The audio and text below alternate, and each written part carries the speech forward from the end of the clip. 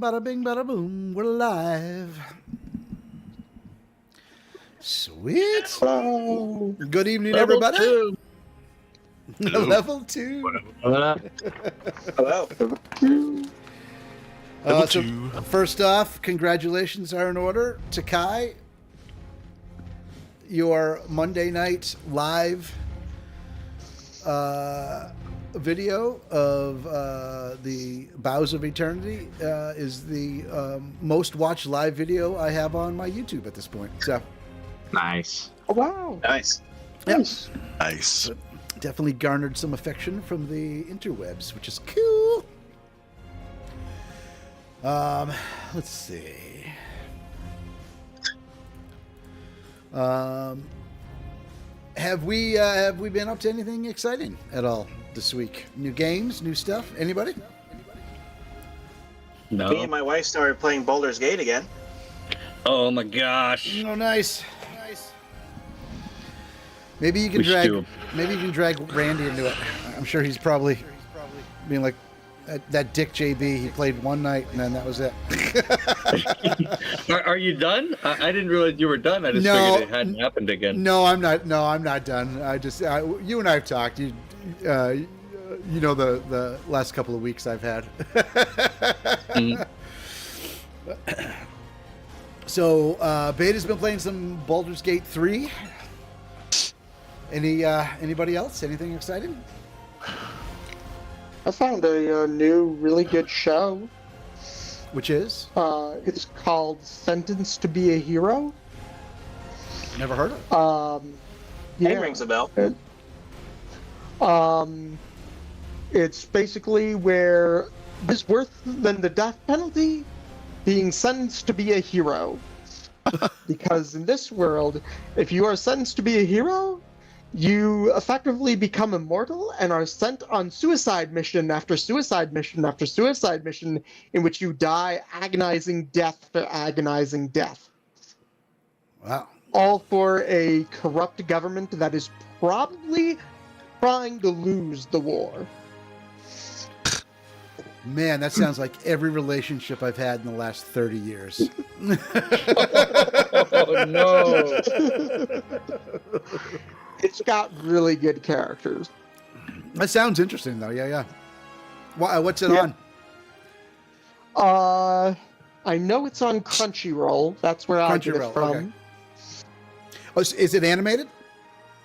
Yes, it's animated. Okay. But it's got really good animation. Nice. Yeah, Anybody? the first episode blew me away. Anybody else? Anything exciting? Any new games? Corey, how'd your game go Saturday? Our team ended up winning. It was awesome. There you go. Knee-deep snow in some spots. Yeah, I bet. The wind was a little crazy at times, but it was good, which puts our team in a tie for first in our division. Oh, wow. Yeah, and we have another match not this Saturday, but next. So depending on how much snow we get next Tuesday and Wednesday, it's going to be worse. Now does yeah, actually we're supposed to get another 5 to 8 on Tuesday, so that should be interesting. Yeah, it's gonna be awesome. Yeah. Does it? So obviously I've never played, but I've played billiards and a bunch of other darts and a bunch of other things. Do they break? Like, do you have seasons, or is it a year-long thing? Or so New England is its own disc golf community in that we're, to my knowledge, the only area that does what we call Team Challenge. So we call it New England Team Challenge, and there are teams, Maine, Vermont, Rhode Island, Connecticut, New Hampshire, even New York, both state and down closer to New York City, put teams together, and it basically keeps up courses through the winter. So when people are not out there playing, you end up with, winter storms and rain and all this stuff. If trees go down, tee boxes don't get kept up, through the winter. It just becomes a nightmare in the spring when more people are trying to go out and play. So these courses that have dedicated teams, there's upkeep all year round. So you play 3 home matches, 3 away matches, and then 1 match at a neutral site. And all these teams are between, I think the minimum you can carry on match day is 18 players, all the way up, I think, to Whoa. 25. Yeah. Whoa, And both teams show up, and you play with the lowest amount of players that a team brings. So, like, if the away team only travels with 20, and the home team brings 25, well, home teams sit in 5 players per round. Right. You go out. So we played 2 rounds of 18 holes. Round 1 is singles, but it's match play style. So if both players take a par, you push the hole, Okay. and nobody gets a point. If I beat you on a hole, I get the point. If you beat me on a hole, you get the point, and so on and so forth. All right. And as you play, depending on how well you're doing, you could end up really shortening your round. If we go, 10 holes and I'm beating you by 7 strokes, well, on that 11th hole, if I beat you, I'm up 8 points with only 7 holes to play. The match is over. We can walk away. Got it. All right. And then round 2, we play doubles, best shot. So me and a partner go out, we each throw, we assess where we are, and we take whichever one we think is going to be best. Right. And then that is stroke play for the full 18 holes. Okay. All right. I've done that in golf. Yeah. So we do that from October through April. Man, so that's almost almost a full year then. Yeah, and then once TC's over, most of us play regular sanctioned professional disc golf tournaments. Right. Jeez. So yeah, man, it's cool. awesome. It's so much fun. And I play darts as well. I do that on Wednesday nights, actually. Oh, no, I didn't know you played darts. I haven't played darts for years, but yeah. Yeah, I'm in the league out here in this area. Oh, nice. That's yeah, cool. I put a bunch of feelers out to some of the old teams I played with for billiards. I'm like, I might want to start playing again. What was your handicap? I was, depending on, in 8-ball, I was a 4, close to a 5. And in 9-ball, the last session I played, I ended up being pretty much a flat 3. Years before, I had been a 5 at 9-ball, but like I always take. The last year that I played, I had only played for 2 sessions. Actually, before the gentleman who was captain of my team passed away. And then the team kind of disbanded. But I always have like such a long stretch in between times I play, years. So it's like, I drop, because you pretty much automatically drop down to a 3 if you haven't played in so many years. It just kind of like happens, I mean, unless you're like practicing. But I'm not practicing in between, you know what I mean, in between. So for the most part, I'm like a 3-4 on average. Yeah. And I wouldn't want to be. I wouldn't want to be any better because I can crush at a 3. Sandbagger. Yeah, no, actually, yeah, no. Actually, I can say I honestly haven't ever sandbagged, but but I often, I often get put up, or I have been put up against 5s, 6s, and 7s as a 3 because I'm capable of a lot of times sneaking out that third, with a 6 or a 7, unless they're running the table on me. But fortunately, they run the table enough that my handicap doesn't usually go up. Yeah, you missed once out of 7. That's it. Yeah. Those individuals are something else. So, Paul, any new games? Are you finally winning the game you were playing? What's the date today? Today is the 26th. 6 plus 6, day 30. Oh, you were just cutting out. Day 30 of being sick. Day 30. 30, Sick. 32. 32. Ouch. Move the mic a little bit away from your mouth. We might be getting a little. Yeah. Nope, that's even worse. Wasn't coming through earlier either. No, you're cutting out. Yeah. Yeah, you're disappearing. Go ahead and log off and come back. Come on back in. We won't start without you. I promise.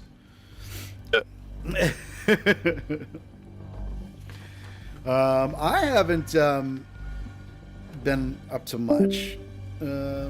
I did jump back into No Man's Sky 3 days ago. It's a game I've been playing for like 10 years, I think, probably on and off. Because they had a new expedition. And their expeditions are always fun. Plus, it's all new content that you don't even have to pay for. They just keep updating this game 3-4 times a year with new DLCs that and they don't ask for any more money, which is always nice. But it was kind of neat. It was a hauling expedition, so I try to jump in for most of the expeditions, and then when I jump in, I'm always like, oh, I haven't done this yet. Oh, I haven't done this yet. Oh, I haven't done this yet. Oh, that's right, this is new. And then I'm just fucking lost so I'll play probably for another 3 days, and then I won't play it again for another 4 months. But but yeah, so I'm doing some No Man's Sky. Sounds like me with Baldur's Gate. Is it the cause for your lack of sleep? Is it the cause of my lack of sleep? Yeah. No. Actually, it's not. My insomnia last night was out of the blue. I did play No Man's Sky yesterday till about 8:45ish, maybe 9 o'clock. Was in bed 9:45, which is a little later than normal, but not too bad. And I read for about 30 minutes, which I always do, and then wide awake, And as I'm reading, I'm like, okay, I'm getting tired, Put the book away, close my eyes. Nope, can't sleep. So I got up, read for another hour, went back to bed, couldn't sleep. Got up, came out, played actually another hour of No Man's Sky. Went back to bed every time. He says no, but what I'm hearing is maybe. Every time I did something, I do it for whatever I was reading or whatever, for 40 minutes or so, I'd start to get drowsy again, and then I'd go lay in bed, and then it was I don't know. It was I honestly felt like I had taken some serious stimulants. I was just, my heart wasn't racing, but I was just, I don't know. You know how, so I don't, caffeine has no effect on me, right? I can drink coffee 24/7. I have an adverse effect to coffee, to caffeine, I'm sorry. But that's the best way I can describe it. Was I felt wired, and I have no idea why. So, but I also did spend the most amount of money I have ever spent on a set of dice, which are coming tomorrow. Oh. Yep. What's the damage? I'm not saying how much, but I will say the most expensive set of dice that I do currently own is a metal set that I paid almost $40 for. And these are more expensive, so we'll see. Are you going to share what kind of dice they are? Yeah, I'll take some pictures and stuff when they come in tomorrow. Okay. I'll share with you. Human bone. I'll share with the world. What was that, Corey? I said I have that bead, unfortunately. You have that bead? Yeah, beat. I have 2 sets of stone dice. Oh, that like actual cut stone. Yeah, like a stone though, or gemstone, like tiger's eye or something like that. No, I wanted tiger's eye, but they were a little more expensive. They're I don't know what the stone was called now, but it was it's blue and white, and they're pretty. Turquoise or lapis lazuli. I think it's the lapis. Might be lapis. It's not turquoise, but yeah. Yeah, $80, $90. I think they were around the $80 mark. Sounds yeah. about right. Yeah. I've never gotten anything but the cheapest dice I can find. Well, I will tell you. You know what got me thinking about buying new dice? Because Paul can attest. He's been over the house. He knows I don't need another set of dice. I've got plenty of dice. If I'm playing tabletop, I buy a new set of dice for every new character I play. That's just what I've always done. It's just a thing I do. You know, and now in the last couple of years too, like you can get specialty dice, like you can get artificer dice and ranger dice and war. You know what I mean? So I always buy you know a set specific to what I'm playing. And I hadn't really thought about dice in like forever, you know, because I've been digital now for 2 years, you know. And I went and played at the North Quabbin Gaming Guild. Was it 4 weeks ago? And I'm sitting at the table and we're playing, and I forget her name, but the woman who was playing with us, she her character, I forget what she was playing, but rolled like a D8 all the time. Must have been her damage dice, I'm guessing. And she kept rolling this D8, and I'm like watching it, and I'm just going, man, like that die just falls beautifully. You know, eventually I'm like, can I touch your dice? You know? and she's like, yeah, you know, but you don't want to go grab somebody's dice. First off, you know, bad etiquette. Secondly, people are superstitious about stuff like that too, you know? So she hands me her dice and I'm just like the weight of them was like, it seemed just perfect. You know how you get the cheap dice, the cheap resin dice, you know, or the plastic dice. They're light and they roll fine. But if you get, Corey, you might know this now. I don't know how the stone rolls. I will never buy another set of metal dice for as long as I live because they roll like shit because they're too heavy. Yep. It was like the perfect weight. Like it just, it's the only way I can describe it. You know, so I've been thinking about dice ever since I played that day, and I'm like, I gotta get some new dice. So that's awesome. What we did. Yeah. The coolest dice I've ever seen is I have a friend who has LED dice.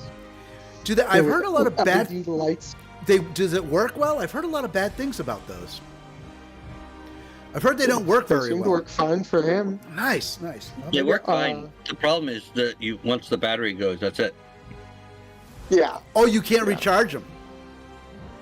No. Oh, well. Yeah, but I mean, on an LED, they should theoretically last forever, almost. Not forever, but they're still going after. What they need to do is do like the watch technology, so that the motion of rolling them charges them. Well, yeah, or just or have a wireless charging system. Wireless charging, wireless charging. Yeah, I don't know why you couldn't do that. I think his do wirelessly charge. Do they? Yeah, I wouldn't buy them if they couldn't charge. Yeah, have a dice box be like the charger, like your wireless earphones, where when you plug them in, and then you can charge the dice box. Yeah, I'm pretty sure I remember him talking about how he was experimenting with how much he can put in between the dice and the charger. Oh, okay. Right. So his charge for it to still charge. Yeah, now that we're talking about that. Interesting. I'm just looking. So, but they're really cool, and you can make them do all different kinds of colors and stuff. Right. Oh, maybe I'll get some at some point. Yeah, I hadn't heard very good things about them, so. But. Well, it seemed to work for him, though he's very gentle with them. You know, he doesn't drop them from real high up. Right. You know, he rolls them across the table, you know, with his hand level with the table. Right. You know, he shakes them and then. I have a leather dice tray that I typically use, and I only use. I have a dice tower that Paul and I use when we play live, but I only put cheap dice down that thing. I have a small dice tower, and I roll them into the lid of a cigar box. There you go. I've got this plastic thing that you can squeeze and that's not bad. That's kind of cool. Pops back. Yeah, that was given as a gift to me by a friend. Neat. So I made this Very nice. out of cedar shingles. This You is my made this? D&D box. Yeah. And then inside,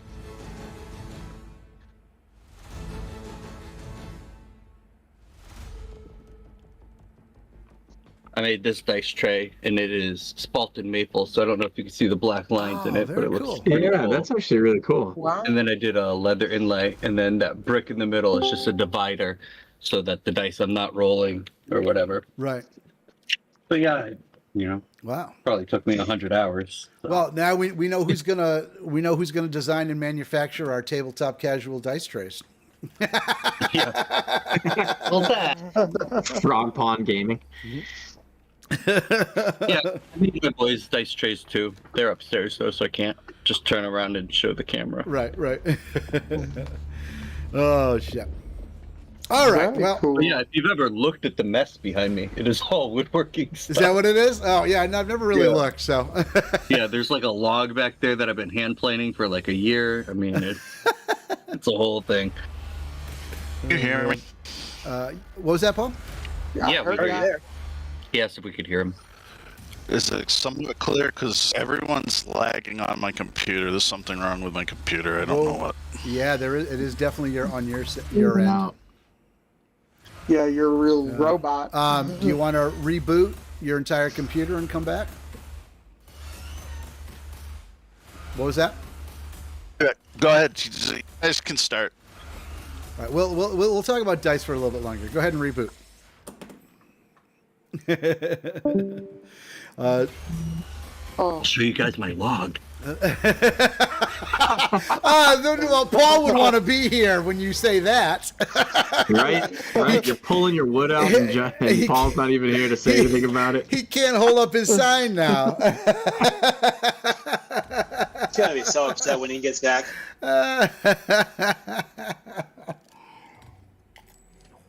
Oh man. well, the thing is, the sign says that's what she says. Yeah. And what kind of woman would say, "I'm going to show you my log"? This is I mean, 20. Wait, this is 2026, Takai. Thanks, baby. That's true. That's very true. What are you planning it for? I ask him a question as he's walking away. That's real good. Yeah. Yeah, he doesn't have his Doesn't have his headset. headphones Timing.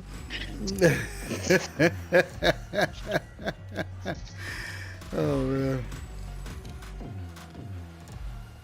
So now that you can hear me, what are you planing it for? Oh, I cut it into boards and then I make it into stuff.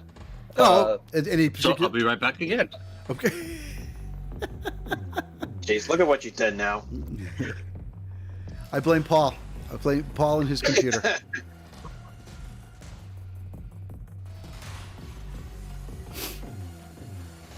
So I don't know if you can see the pattern, but spalted maple does this cool black thing. Yep. Yeah, that's awesome. Yeah. And so with the fact that I have a log of it, I'll cut strips like this and then I'll, make a dice tray or I'll make a wooden spoon or whatever I feel like turning it into. And I'm not particularly gifted, but the great thing about wood is whenever you mess up, you can always just sand it, try again.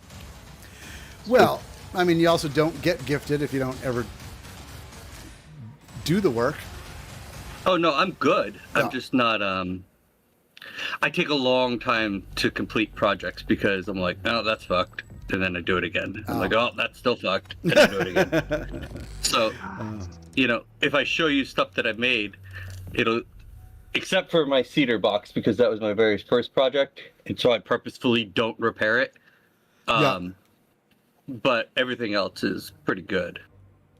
Oh, I got some 3-foot sections of rock maple that I had to cut when I moved into this house. If you're ever interested in a couple sections of rock maple. Sure. Yeah, commonly called sugar maple. Yeah, hard and heavy. Mm-hmm. Yeah, it makes good mallets. There it is. There's the sign. He's back. I don't need my.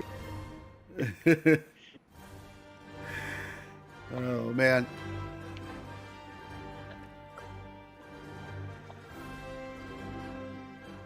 Do you think it might be your mic that might be the I'm problem? wondering if it is the It mic. might be the mic or the headset. Try unplugging. No, because he said that we were also lagging to him. Oh, good point. Oh, that's true. Yeah. You're Have you not tried now. resetting your router? Oh, you're fine now? Oh, you guys are. Try unplugging your headset and plugging it back in. You know, like you like they say. I would say restart the router.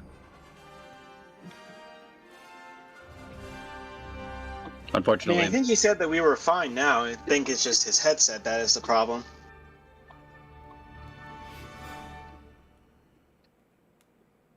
Do do do do do. We Nope. got we got Didn't hear you nothing. there. But we're good on your end. Yeah. Strange. I'm assuming that's a yeah. I wonder if you need a driver update. Or a on your router computer. reset. Yeah, or a router reset. That's not a bad. Yeah, that is not a bad idea. Also, restart if you're running Chrome. Close your whole internet browser and reopen that because Chrome is known for memory leaks. We've got an ad right now, so this is perfect timing. He restarted his computer. I was so going to that say, this is going to be a great stream for you. I don't know if he restarted his computer. I think he just restarted Discord because he was back pretty fast. Oh, okay. Yeah. Yeah.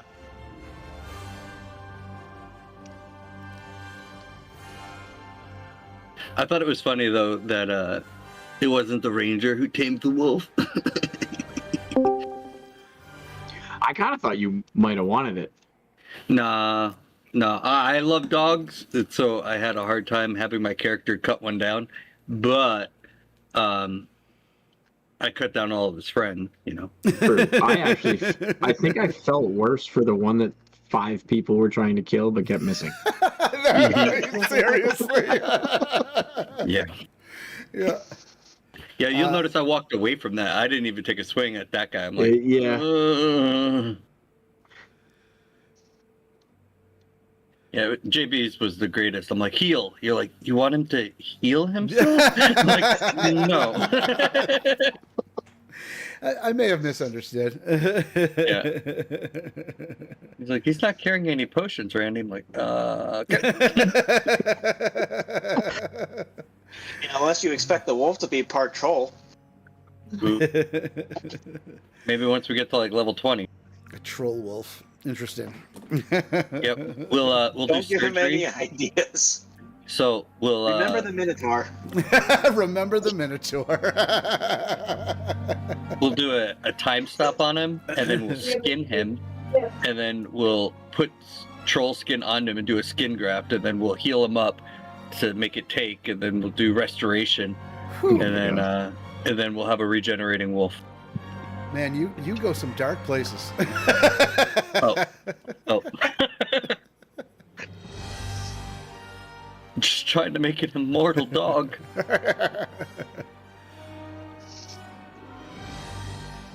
We could Yep. also get him vampirism or something, or Lycan 3. Paul, did you reboot your entire computer, by the way? Or did you just shut down Discord and come back? You rebooted the whole computer? Yeah. Go on without. Okay, Randy might be right. You might want to try resetting the router too. That might help.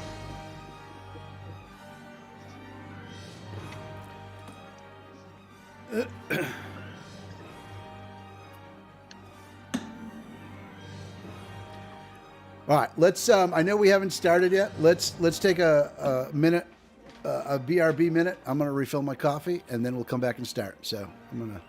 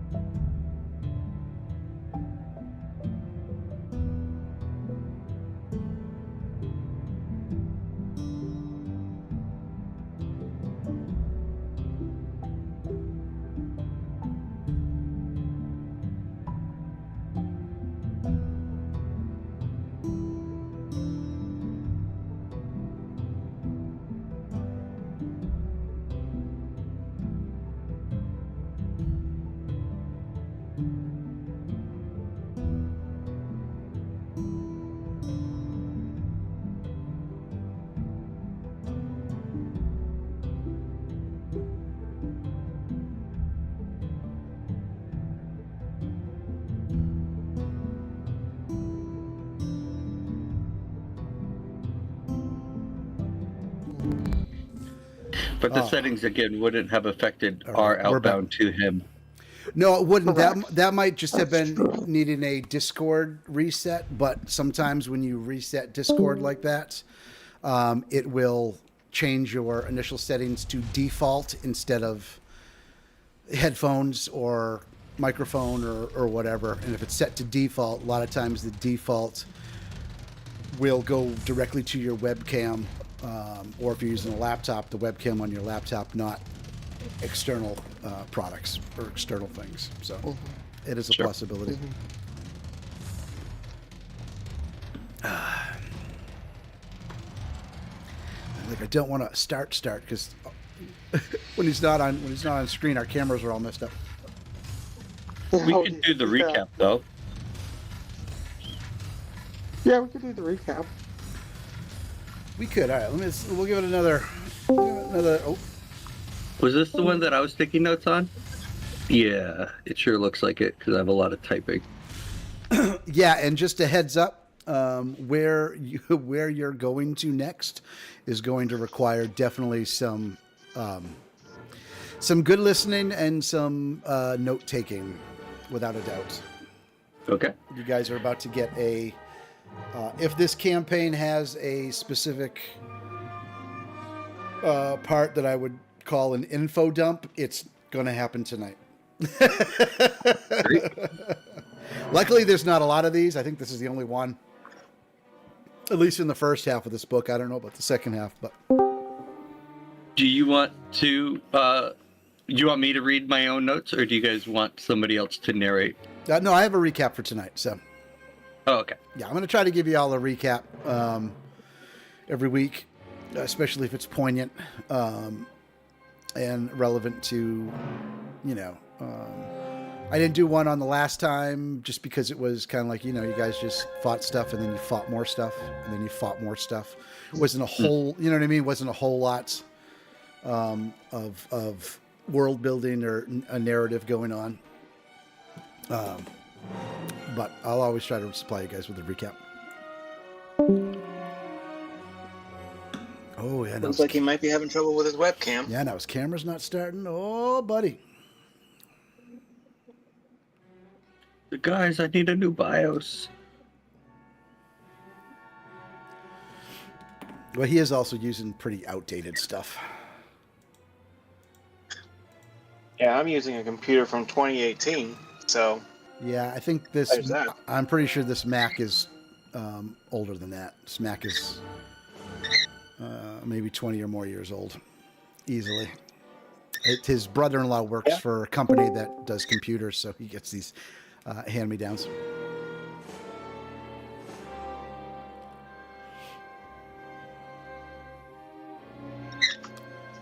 There he is. No, the mic's just not working. Did you try the settings thing that I text you? That's not it. All right. Well, we'll get started. Paul will be with us. If there's anything important, he can always text it to me. I'll put it in the side chat.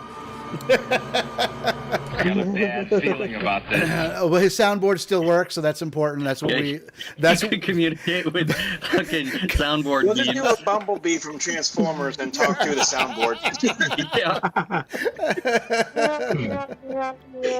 There it is.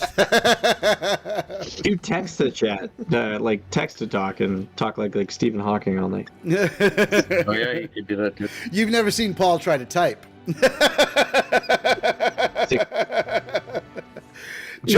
Just one hand too. Oh no. Oh shit. All right, well, let's get to our recap. What's going on with the other hand? Didn't even think about it that way. Can you hear me now? Whoa. Hey. Yeah. It's the settings. All right, yeah, you're fine right now. Yeah, but I'm on permanent You're hot mic. Yeah, that's okay. Yeah. Well, I'm not getting That's any. fine. I'm not getting any feedback though. So I mean, I hear a fan running, but that's it.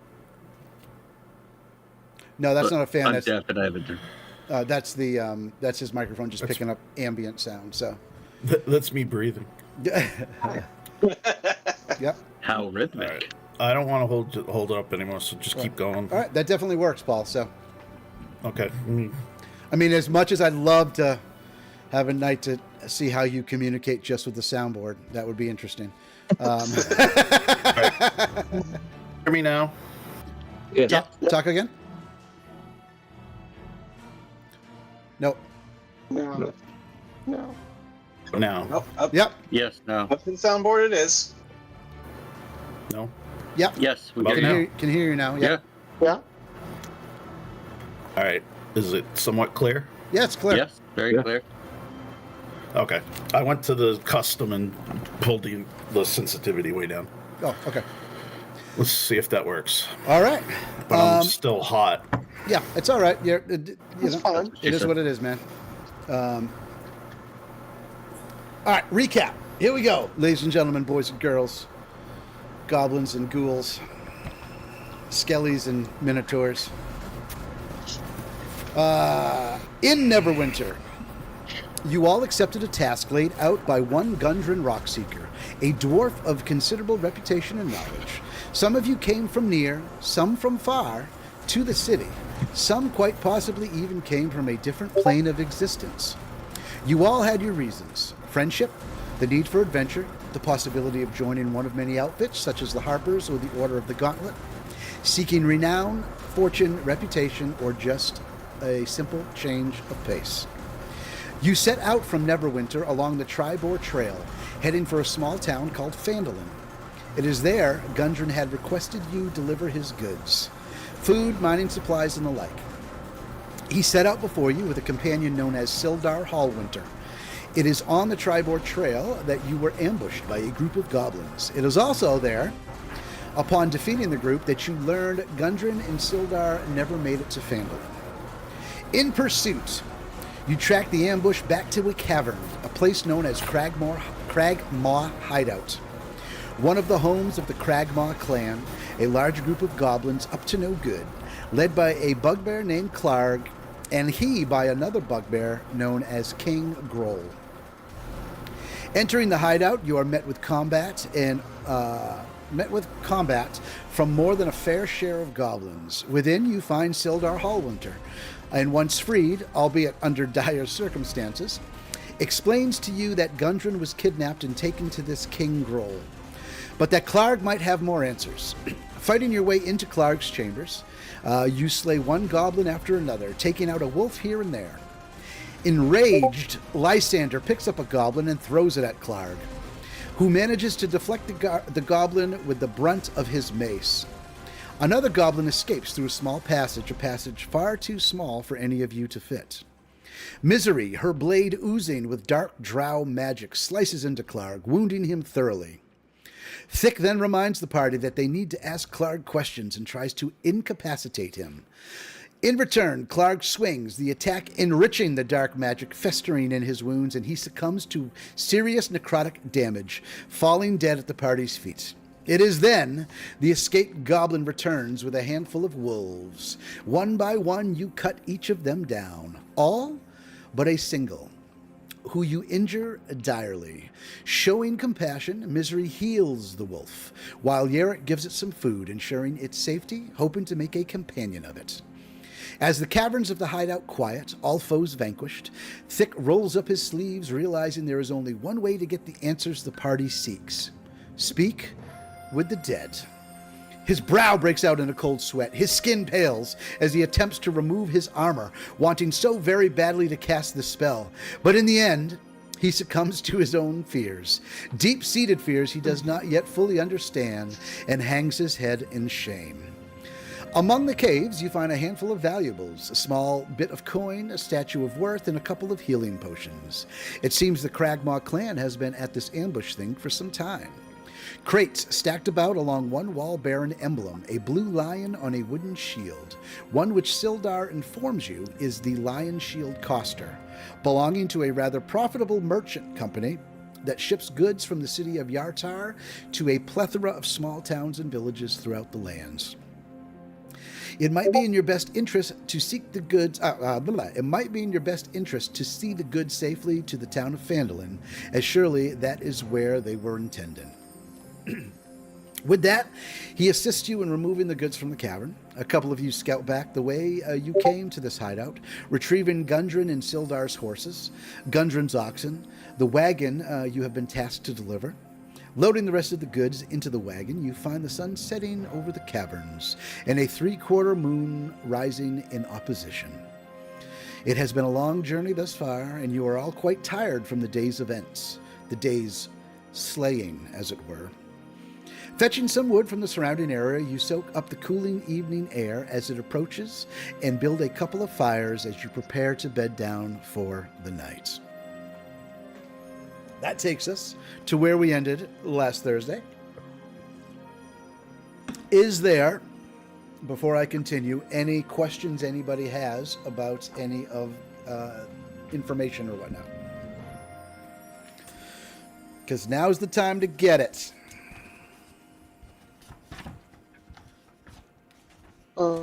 No, I'm good.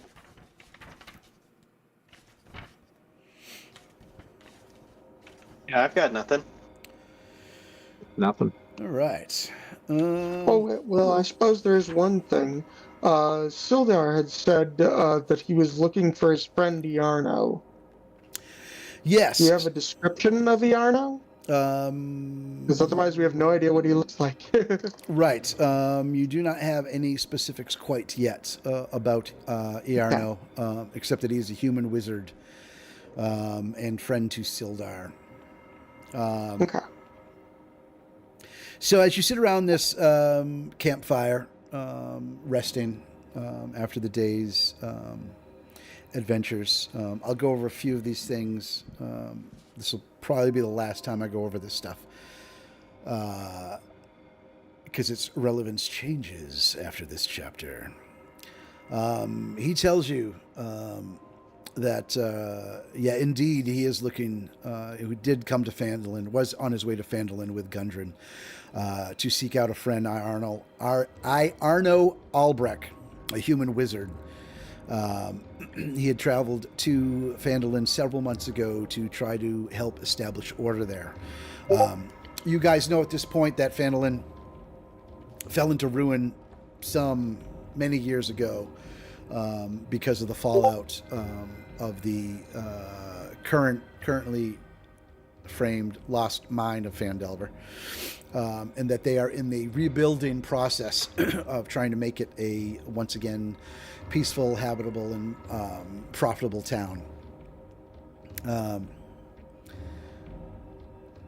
And after the Lord's Alliance didn't hear from Arno, Sildar decided to investigate. So that's why he was on his way to Phandalin.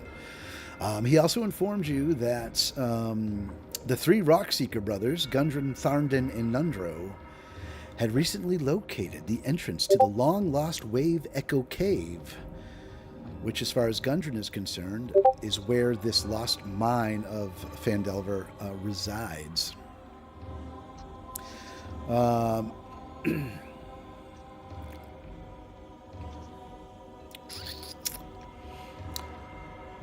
He reiterates about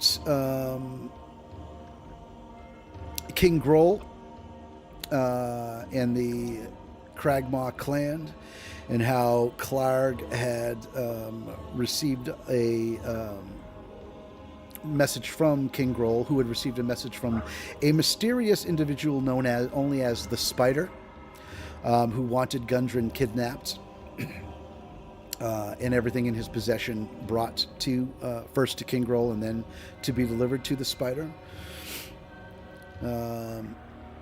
Sildar also informed you that Gundren did have on him a map showing the recent location of Wave Echo Cave, which has been since pilfered by the goblins.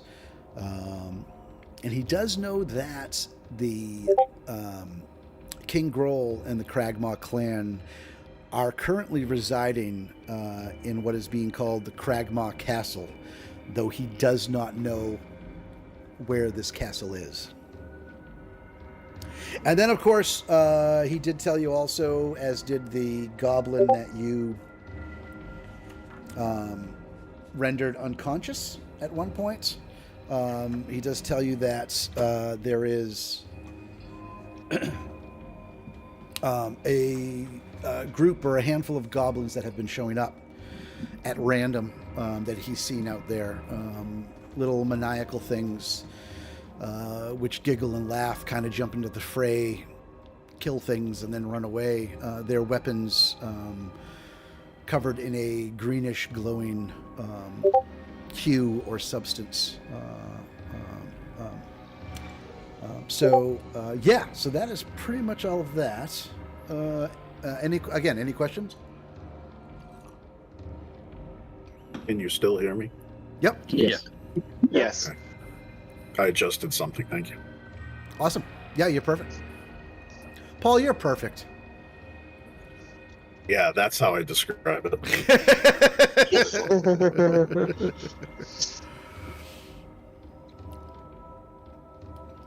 All right. If there's no questions, then as you're sitting, What was you said the names of Gundren's brothers? Yes, they were.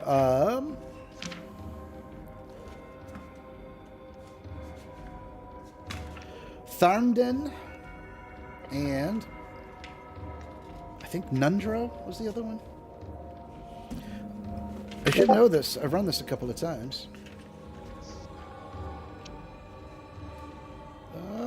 Let's see. Sildar, hello, where are you? Tharden, sorry, Tharden. Tharden and Nundro. I got the Nundro right.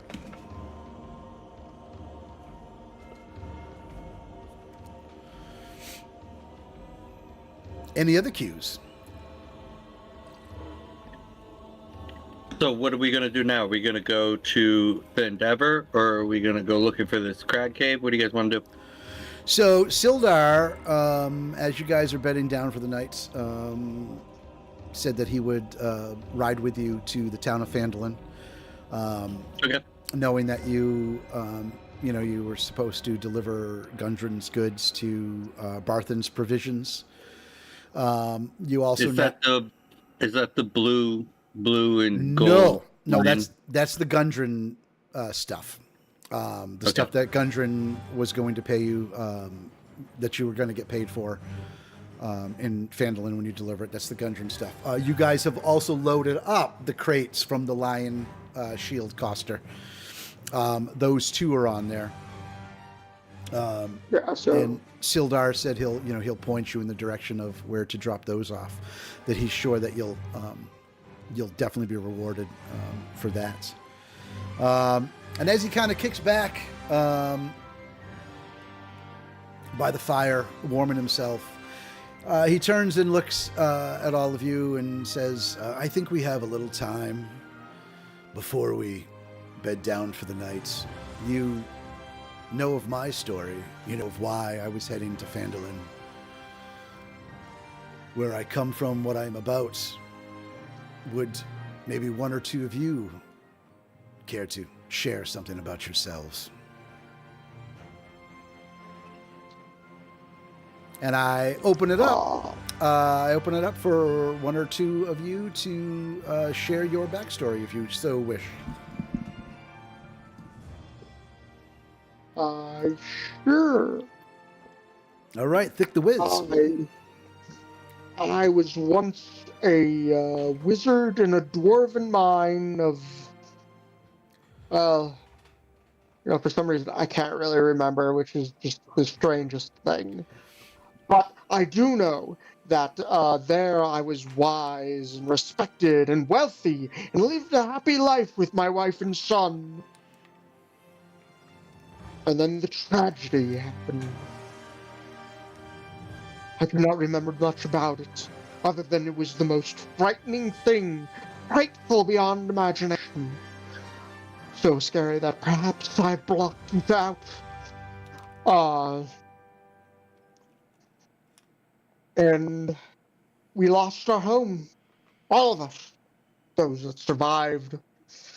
I was able to get people out via the spell Teleportation Circle, where I got us to Neverwinter. This included my family and my longtime friend Gundren and his family. Us survivors were left homeless, and we scattered. I tried to make a living in Neverwinter and provide for my family, but after the tragedy, I never felt safe unless I was wrapped up in as much metal as I could possibly carry. And while so bound, so too was my magic. And there was no, strangely, you might say, there was no call for jobs for wizards that can't perform magic. And we fell to poverty.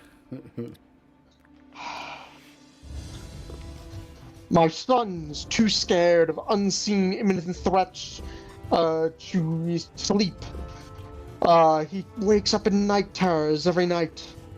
My wife just periodically at random breaks into crying. I want to provide for my family, make this a safer place for them. But I am struggling with how to do so. When I was at my wit's end, Gundren came to me, said he had a way for me to provide for my family, that he had work for me to do. And you know, in my depression, I had started out saying, no, I can't do it. Whatever you require me is no longer something that I'm capable of. But at his insistence, he convinced me to come and join him. And so that is why I set off for Phandelver. I am sorry about that. I am back. That's all good. That is quite the story, my friend. Yes. Yes, sir. You do not remember the tragedies that befell you, then? No, it's just dreams. That's all I can recall. It is a unique thing, a wizard with just a rapier. I also have a battle axe that I'm much better at using when I have my magic. I love how excited. Oh, but I also have a battle axe. That's awesome. Well, hopefully, at the end of this, maybe if you find Gundren, maybe he might have some answers. Or if not, can help you find the answers you so seek. Ooh. Would anyone else care to tell their tale? Yeah. Apatros would like to speak. Sure. He says, I will help you in any way, shape, or form that I can. My past and my reasons for being here are my own. And he looks at Misery with the death look, and that's it. Interesting. Plot twist. All right, that was a quick one. One more. I'd be willing to share. Okay, Yurik, feel free. So, believe it or not, I am from a different plane entirely. I am a fairy from Lorwyn. And when I came to this the world... Unseelie Court or the Seelie Court? Huh? Nothing. Yeah. He's being a smartass. I was originally a scout for King Yoko. Or Oko, not Yoko. And, but then the brand broke up.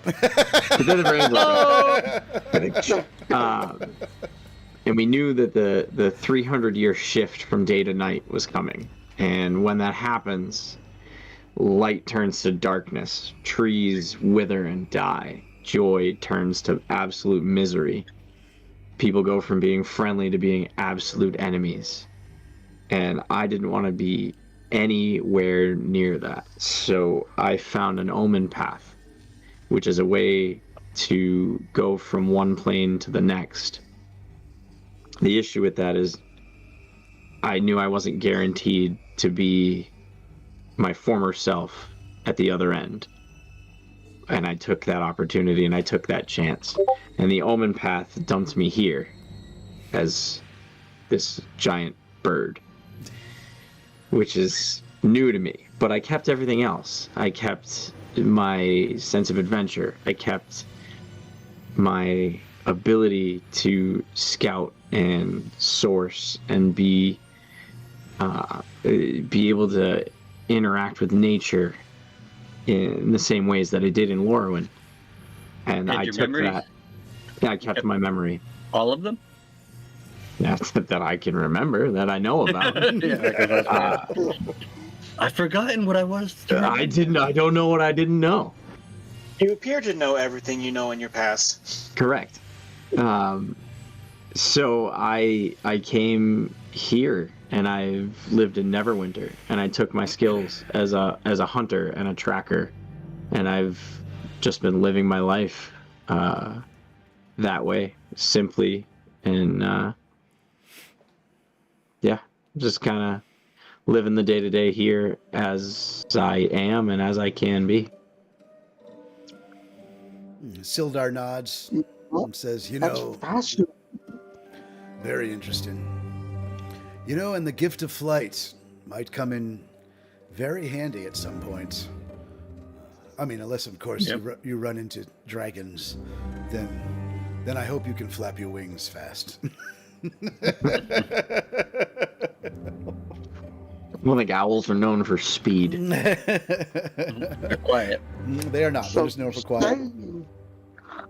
So you say you used to be a fairy and are now an owlin. Oh, would you mind if I studied you? This is a very fascinating subject. How invasive are we talking? We're gonna find out what that other hand was doing. Body cavity. Moon We're River. getting to know each other now. Do I know I don't you? vivisect anything that can talk. I never vivisect anything that can talk.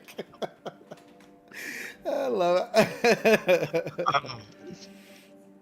I would like to stay as I am, thank you. Misery will pet Alpha and say, I grew up in the Underdark. I had lots of siblings. There was Agony and Frenzy and Lies. And we all served under my mother, who was a cleric of the Spider Queen. And then one day,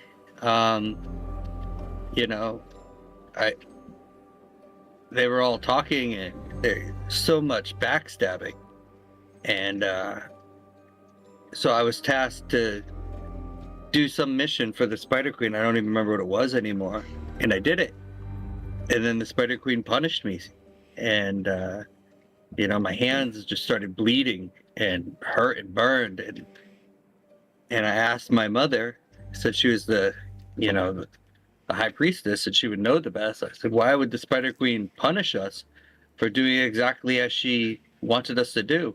And my mother just snapped and turned on me, said, well, if you don't trust in her wisdom, then there's no place for you in the coven. And she threw me in the cage with the other would-be sacrifices for the next, ritual. And there was a bunch of Harpers in there. And so we're 3 days out from being executed, and then this paladin came out of nowhere in the Underdark and just lit the whole place up like it was the day. And what deity did he follow? Some dragon? A silver dragon? Platinum dragon? Something. I don't remember. Bogummit. I don't know, something like that. Anyway, he just started in on him, and many of my brothers and sisters joined the fight and were cut down quickly. My mother was slain eventually, and before she died, she called upon the Spider Queen using her high station and name and the whole ritual, and the Spider Queen just didn't even show up. And I decided then that there's no point serving somebody who's not going to have your back too. And I was done with all the backstabbing of the Underdark and the Spider Queen. I just had no place for me. And so I still didn't think I'd make it out of the Underdark alive, but eventually he won the fight, and everyone else fled or died fighting. And he let us out, but some of the Harpers had already died at this point. They tried to make their escape into chaos, and it got ugly. Anyway, so 2 of us were left. Me and 2 Harpers were left after the fight, and he walked us to the entrance to the Underdark and pointed us towards civilization and said that he was going back in after some great evil eye that was supposed to live down there in a chasm, and never saw him again. But I wanted to be like he was, be good and be strong and wield a righteous blade. So I've been trying to do that, but I've also seen what blind faith does with my mother and some of my family members, so I'm trying to not be as naive as them, but it might be naive of me to even think that. It's a hard card game to figure out. I have a question. Yep.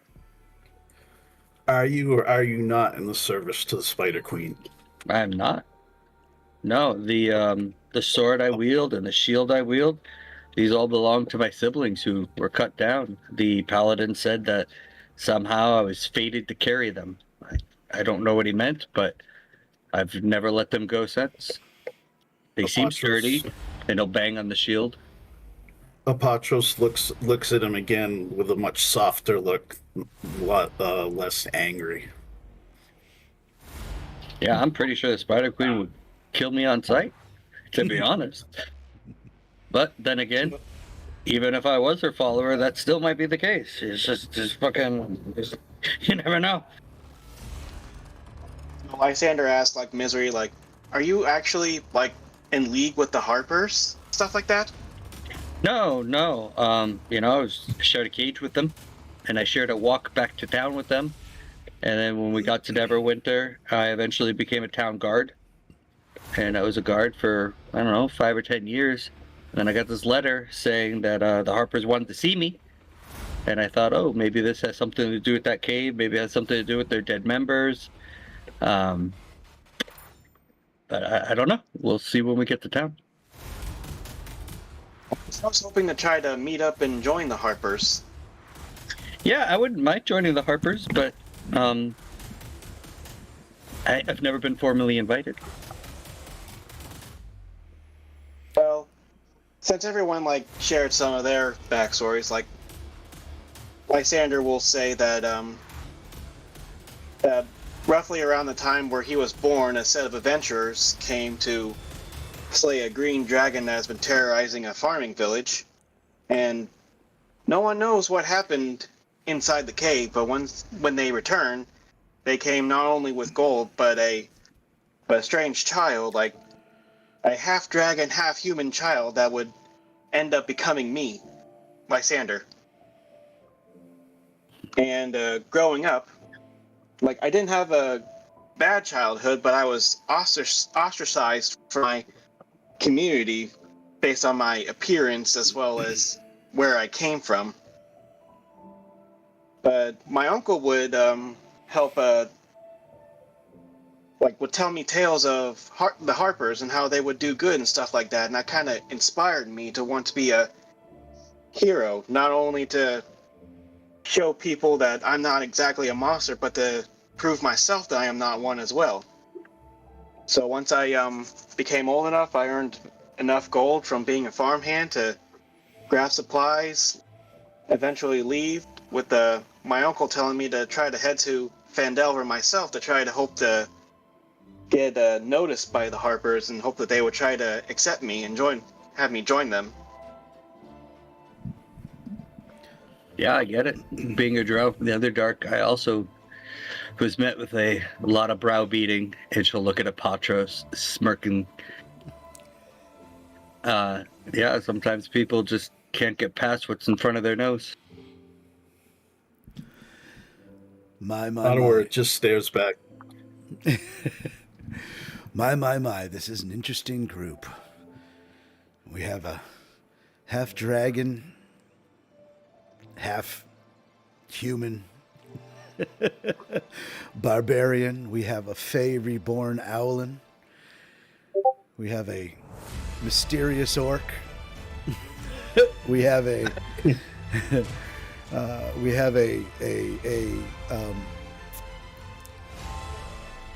spellless wizard. That's one way to put it. And we have a drow trying to do good. Quite interesting. I knew of only one other drow like you some time ago. A male drow. I know that they are not. As females, you do not look pleasantly upon the male counterparts of your race.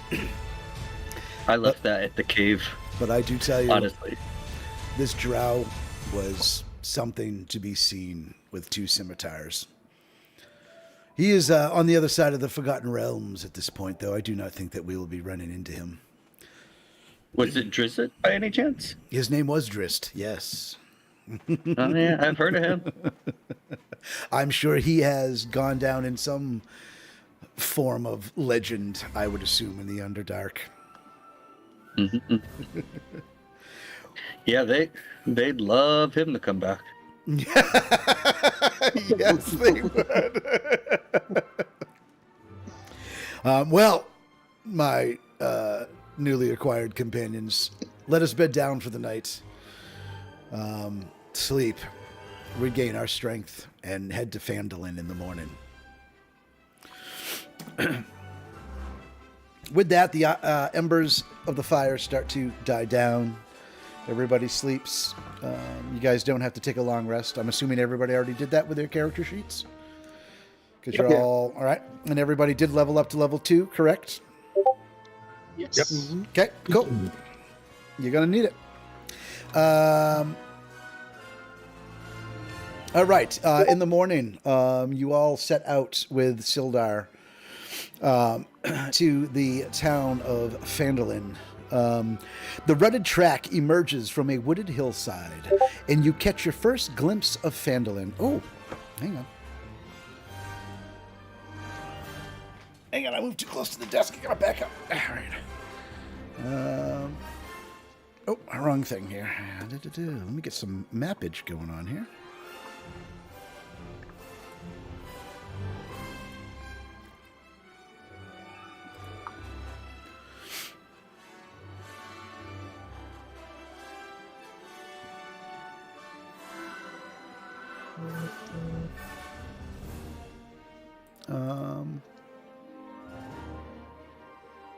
Phandalin, there we go.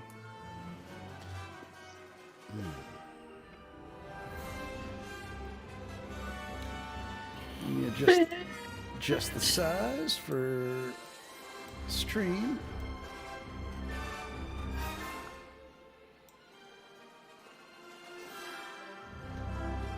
Okay. Now, the rutted track emerges from a wooded hillside, and you catch your first glimpse of Phandalin. The town consists of 40 or 50 simple log buildings, some built on old fieldstone foundations. More old ruins, crumbling stone walls covered in ivy and briars, surround the newer houses and shops, showing how this must have been a much larger town in centuries past. Most of the newer buildings are set on the sides of the cart track, which widens into a muddy main street as it climbs toward a ruined manor house on a hillside at the east of town. As you approach, you see children playing on the town green, townsfolk tending to chores or running errands at the shops in town. Most people look up and smile as you approach, but all return to their business as you go by. At the gates of Phandalin, my very first question for this party, specifically for our Owlin Ranger, are you going to attempt to bring the wolf into town? Sildar will kind of lean over his horse, kind of backwards, and kind of look at Yarrick and say to you, the wolf has been a good companion thus far for a day's travel. I would not tell someone what to do with their companions, but you might want to consider tying him up outside of town, even if you must, if you decide you must stay with him. For in these parts of the Neverwinter Wood, wolves are one of two factions. They are either wild or they are companions to goblins. I do not know how the town would look upon them, but that is your decision to be made. And you can take a minute to think of what you want to do. Well, my question is going to be, if I leave him out of town, one, is there a spot that's going to be safe enough or out of the way enough that nothing would come of it? And then two, we don't know if we're leaving the same way we came in, or would that be an issue? Correct. You don't know that. I'll stay with them if you want. I would say that leaving him outside of town, there would obviously you would have to tie him up, or he would just, there's a chance he would just roam away. I'm assuming you would want to tie him up. Yep.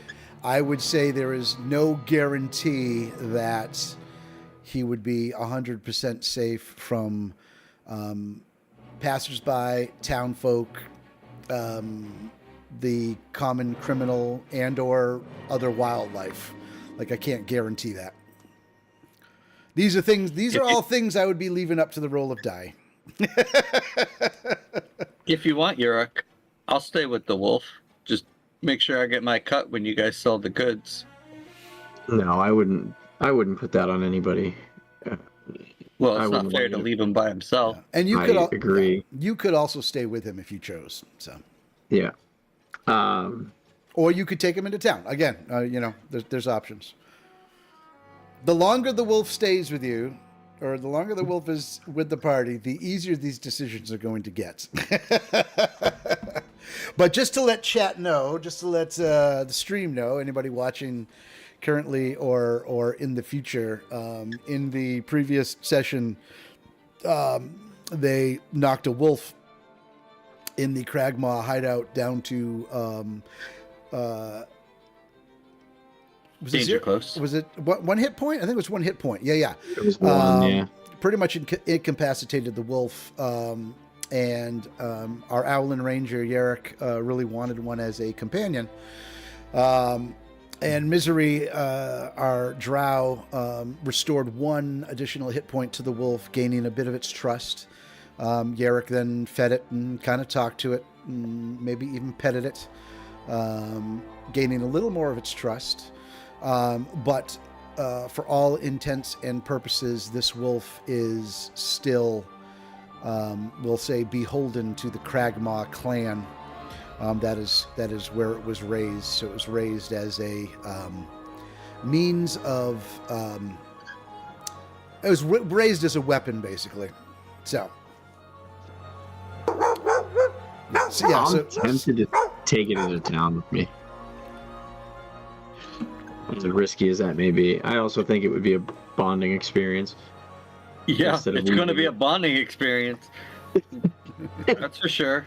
And I hope your animal handling checks roll as high as Caesar Milan. You've heard of trauma bonding, Dog right? whisperer. Trauma bonding.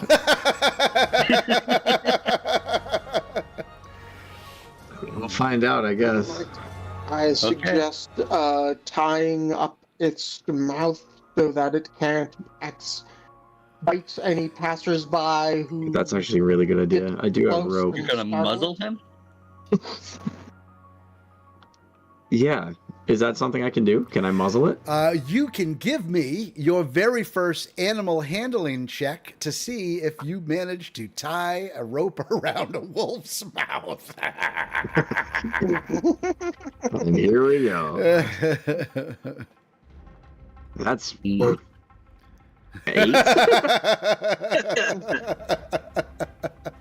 Oh, shoot. Where'd my...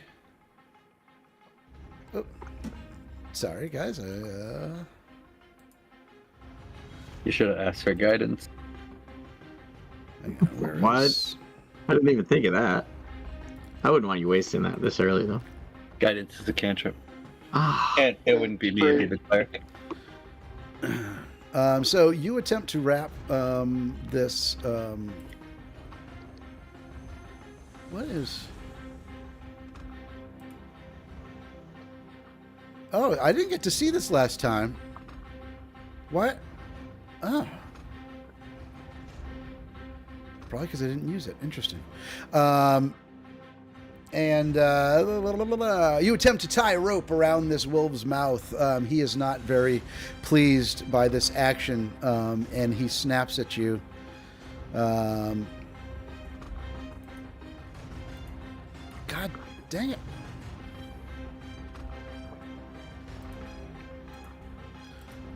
Whoa. Sorry, guys. It's the new dice. The new dice thing. I haven't had a chance to use it yet. I'm clicking all the dice. You take 372. No. Let's see. the dog nicks my finger and I die by disease. Hang on. I need a D6. There we go. And it's maxed. It's max. He takes a nice chunk out of your hand. He does not want to be muzzled. And you're going to take 6 points of bite damage from the wolf.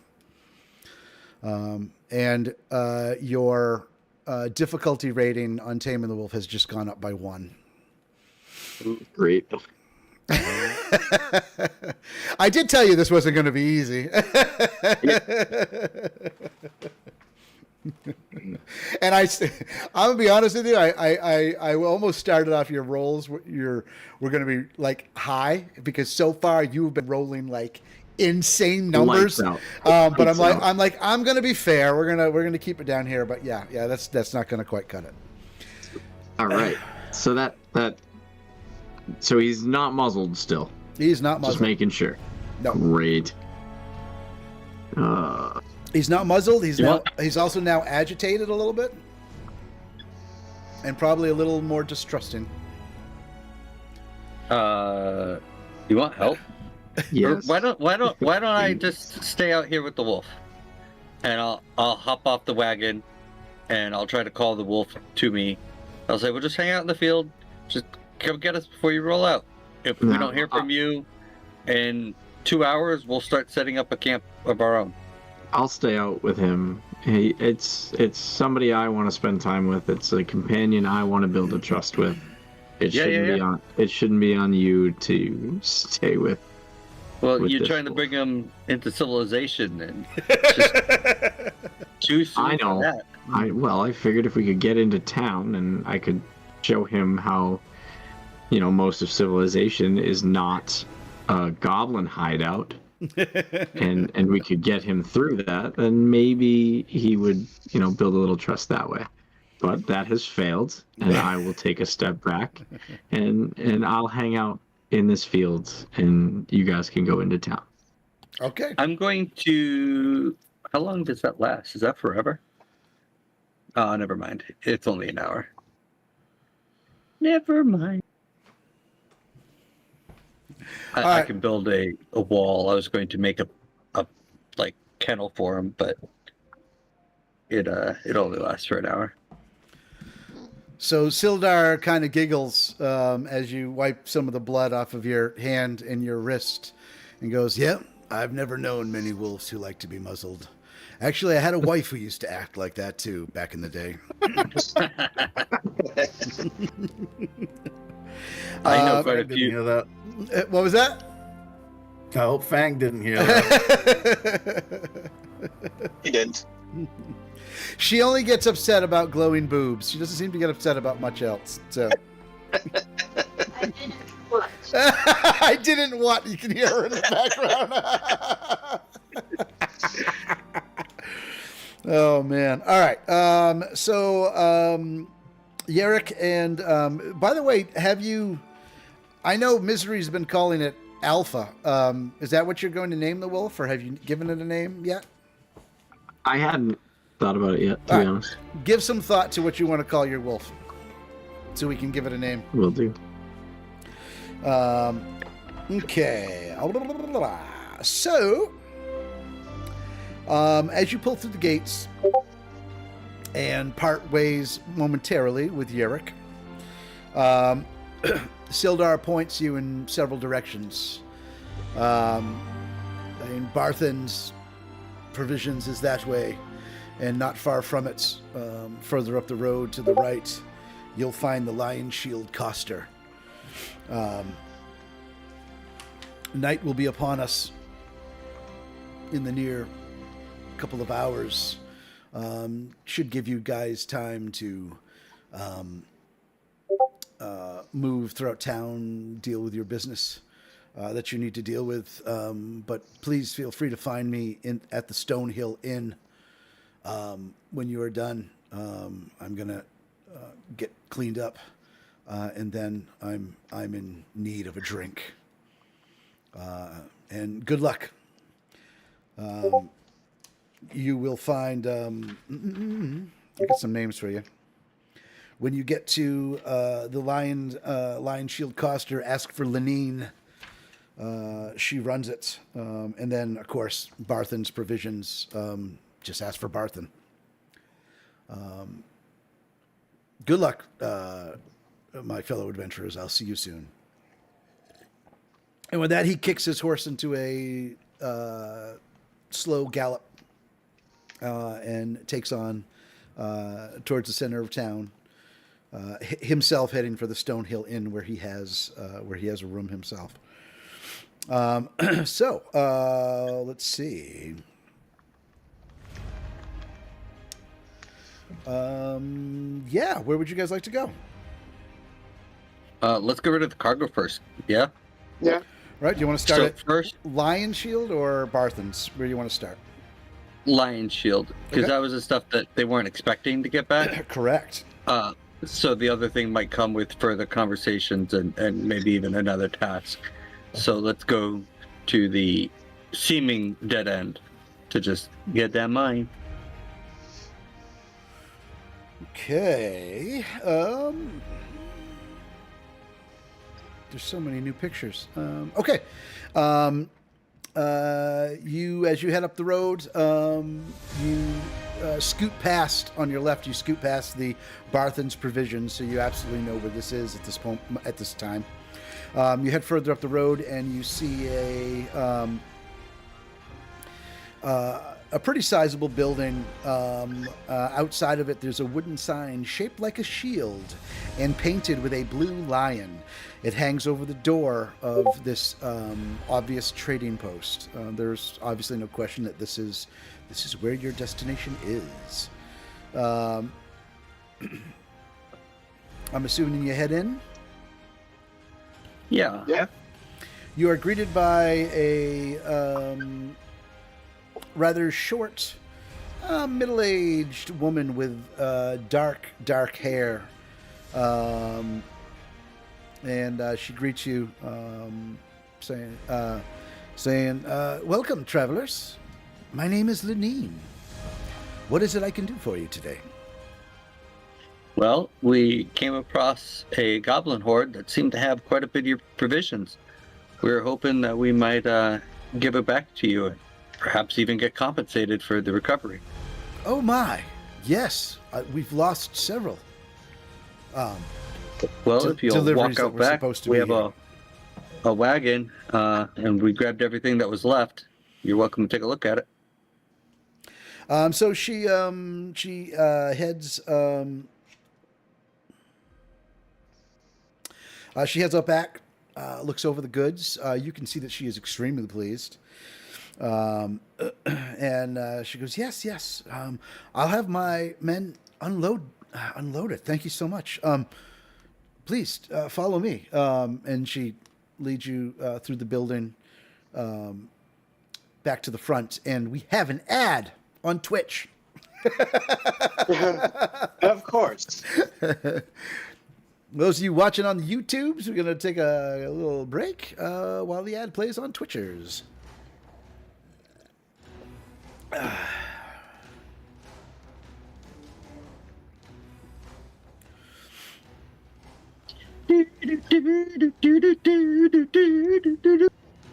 In case we have the ability to buy anything, just so everyone knows, if we convert the coins we have 103 gold pieces. We also have the Jade Frog, which is worth 40, and stones, which I did not put how many we have, at 10 gold pieces apiece. I think they were five. Yeah, Yeah. pretty sure they I were think five. you're right. So, If two of us just think did the there were conversion. five, we'll go with it. so just so you know, in case we want to buy some. All right, so Lenine brings you guys to the front. She thanks you profusely again, and she counts out. Whoa, what happened here? She counts out a small bag, counts out some gold coins into a small pouch, and hands you the pouch. Hang on. Did the stream die for anyone else or just for me? No, it died for me too. Died for me. Uh, And it's back. After refreshing, it's back.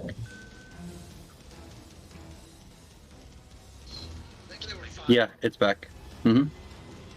It's not working for me. I refreshed and then I waved my hand in front of the camera and I saw it, so it is working.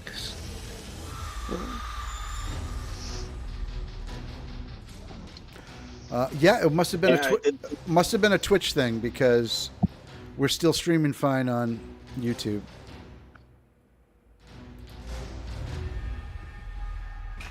Oh, thank you for putting that, Randy. Yeah. Weird.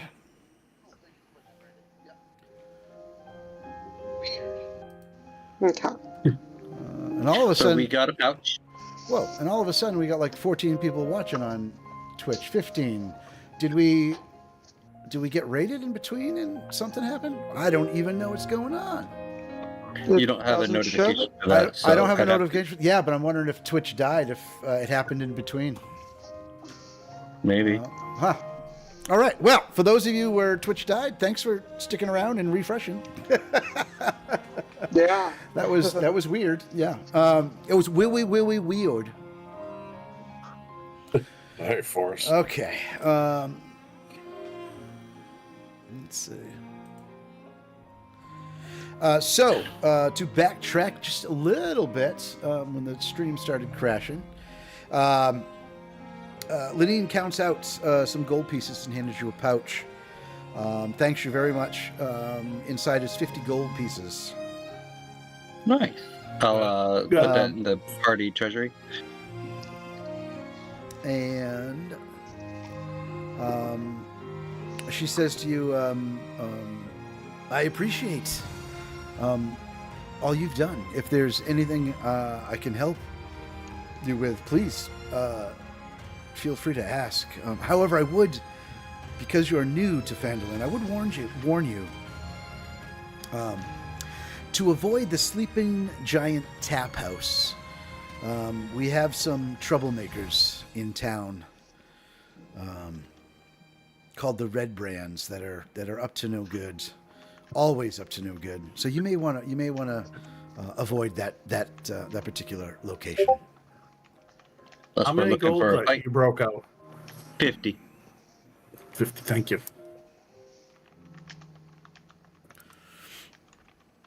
All right. Oh, Anything did you else? already add it into the? Did you already add it into the gold? I didn't do anything, no.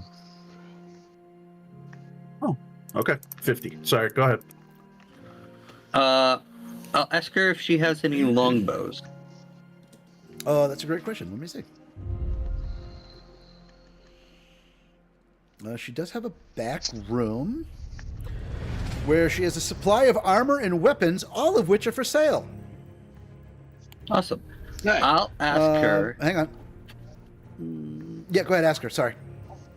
I'll ask her how much she would charge me to upgrade my short bow to a longbow. I give her the short bow and some coin. She gives me a longbow. Normally there would be a charge, but this generous act your party has done for me, I'll make it an even trade.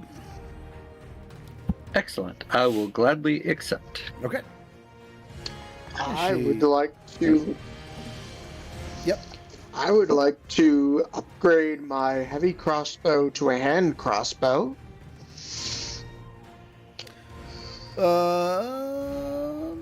Is 2 free even trades too much? Asking for too much?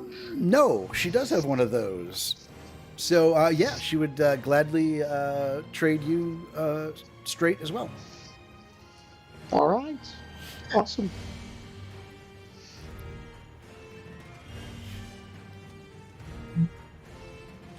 And anything else, y'all?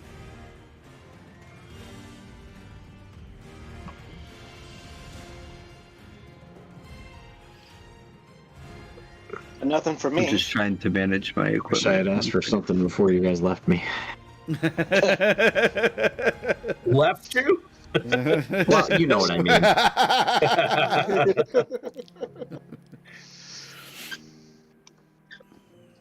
I We would were like on to a tell break. the store owner that we have a friend waiting outside. Like, maybe try to keep the offer open in case he wanted anything. You will always be welcome they have in my any- shop. Do they have any dog treats? Oh, that's a good call. She does not have any of that. She pretty much just handles.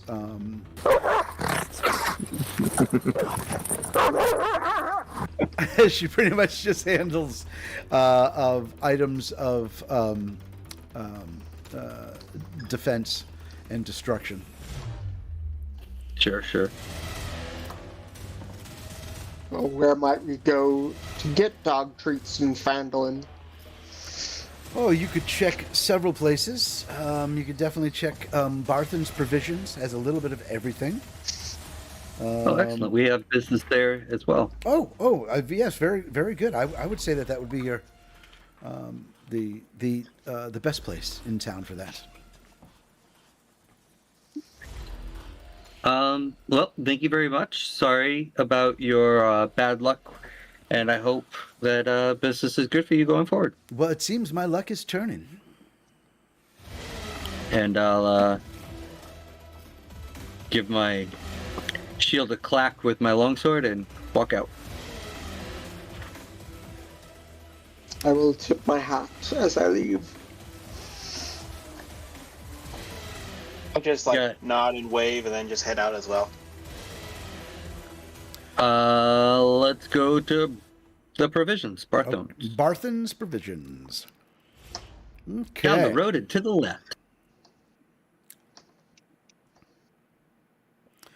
Do I have a description for this individual? Let's see.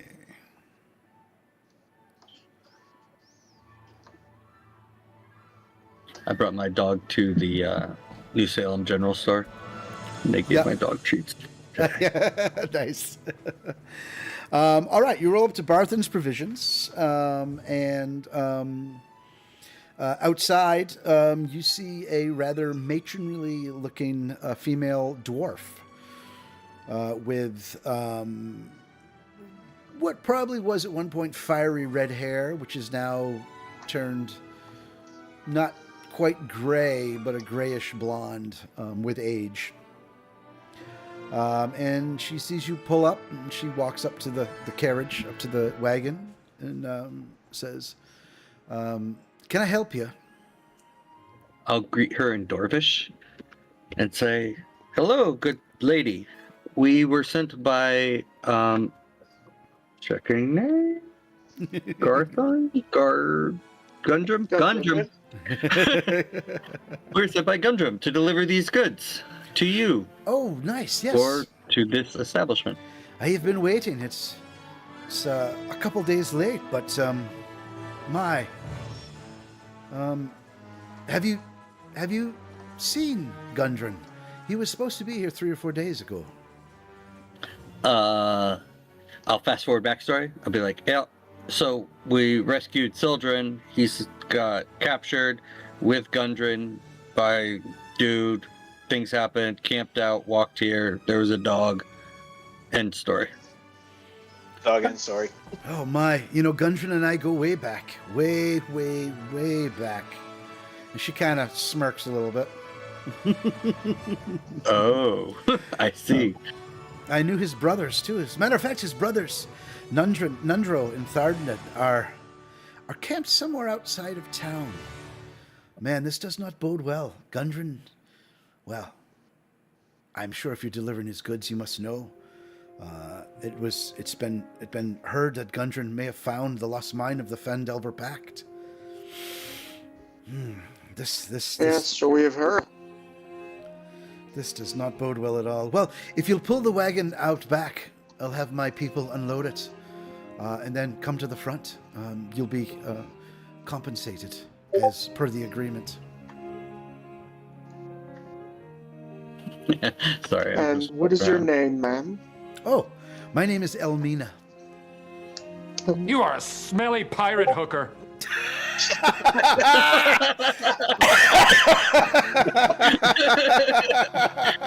Does the stream hear that too? Oh, wow, yeah. Oh my gosh. Well, talk about judging. Yeah, man. You're gonna curl her beard. Sometimes, if that's what Gundren wanted me to dress up as. Whoa. Well, this piece is called Lick My Love Pump. Nice. So you haven't seen him then? No, as I said, he was supposed to be here in town like 4 days ago, and he never showed. Do you know where? I know his there's brother's a waiting place- for him as well. Do you know where that castle of Cragmaw is?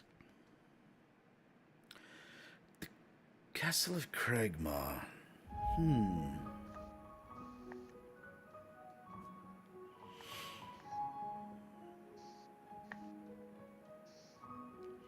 It doesn't ring a bell. However,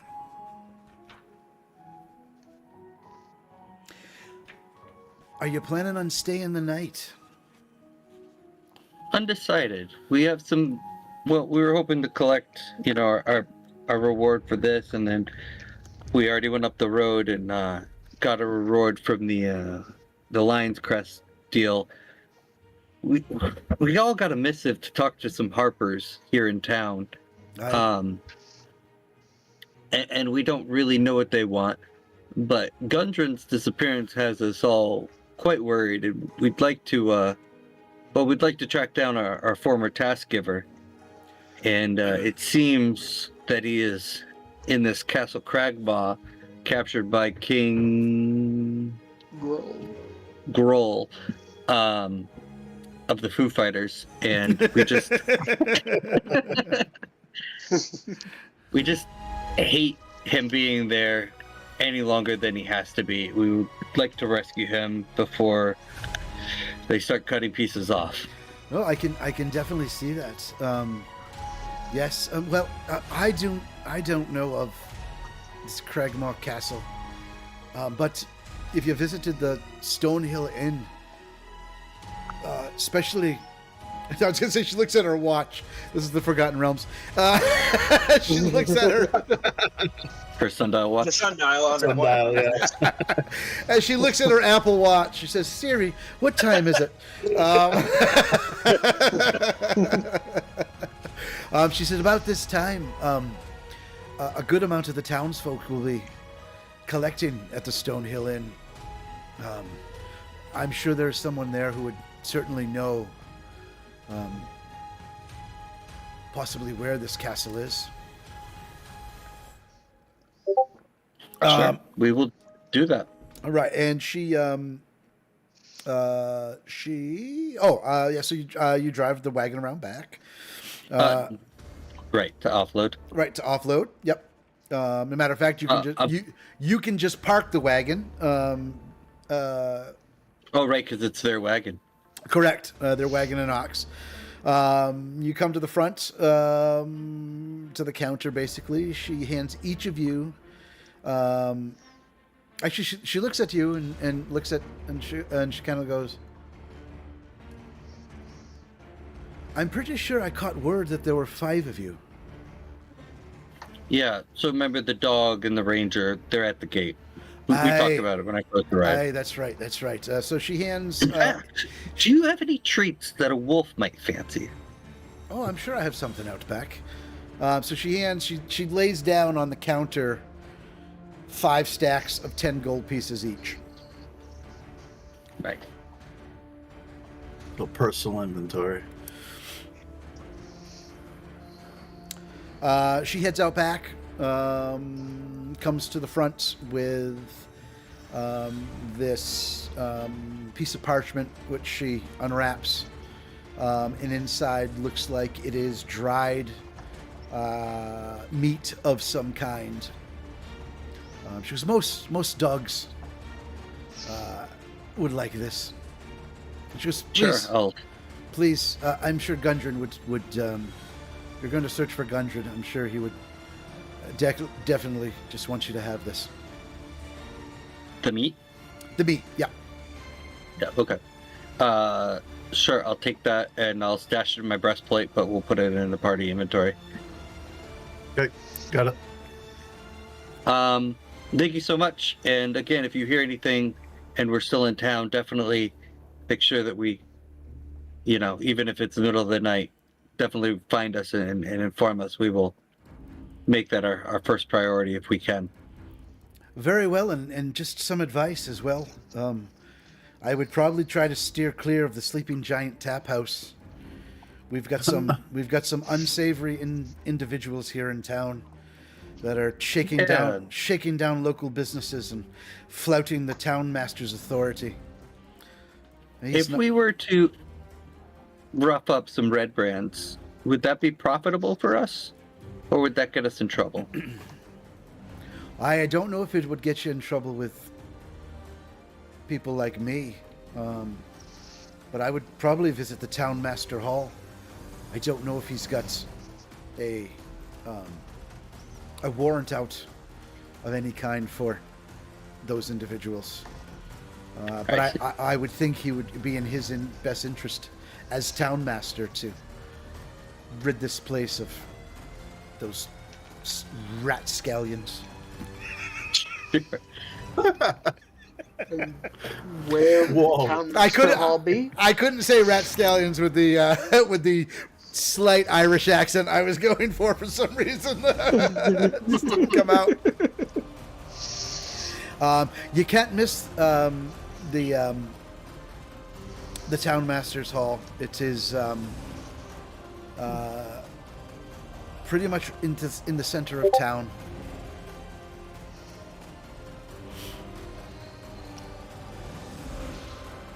Okay.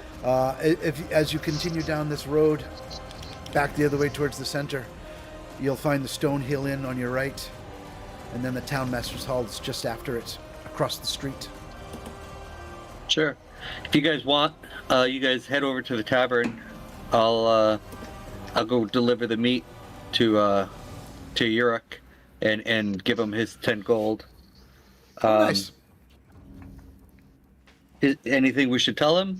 You want me to tag him out and send him to the tavern? What do you guys think?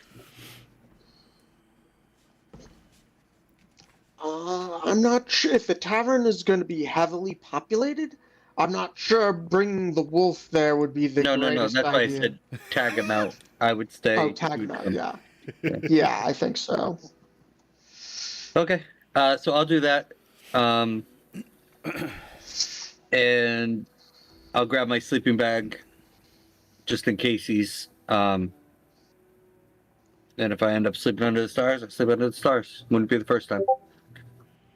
All right, so you guys head back towards the center of town, and Misery splits from the party, moving out to give Yarrick the dried meats for the Dalgo, for the Wolfo, I should say. It's not a dog, the Wolfo.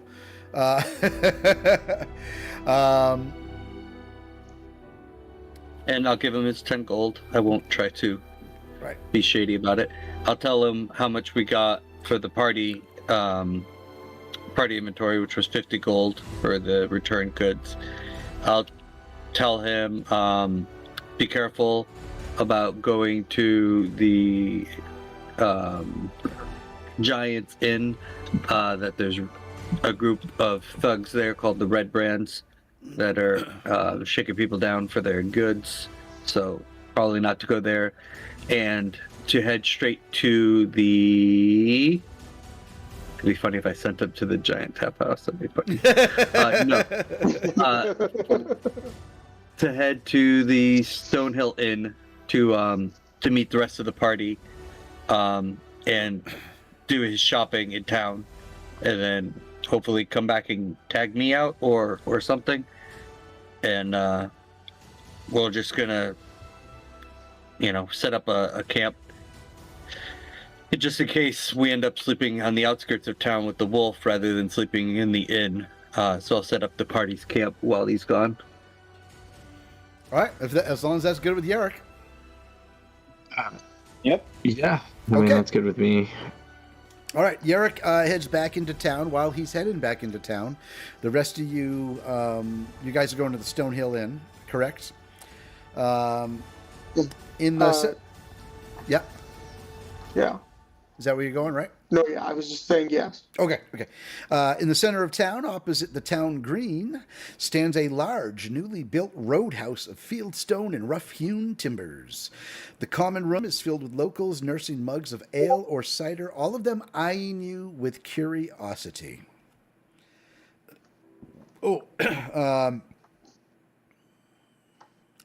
Towards the back of the tavern, closer to the fireplace, you guys do see Sildar sitting there drinking a mug of ale. And again, the room is rather populated. What would you like to do? And we're gonna let you guys do some interactions before Yarrick shows up. Give him a little time to walk the walk. Okay. I would like to start asking around if anybody knows where Cragmaw Castle is. Who would you? I'm just curious. Who would you just grab a random patron or? Yeah, basically I would go person nearest to the door and then make my way to the furthest from the door. Okay, that's interesting. I was gonna know. I considered just standing up on a table and wrapping a glass, getting everybody's attention. But I think as a wizard, you'd be more of a thorough investigator, asking one person at a time. Okay. Right. Let's see. So, yeah, by the door-ish.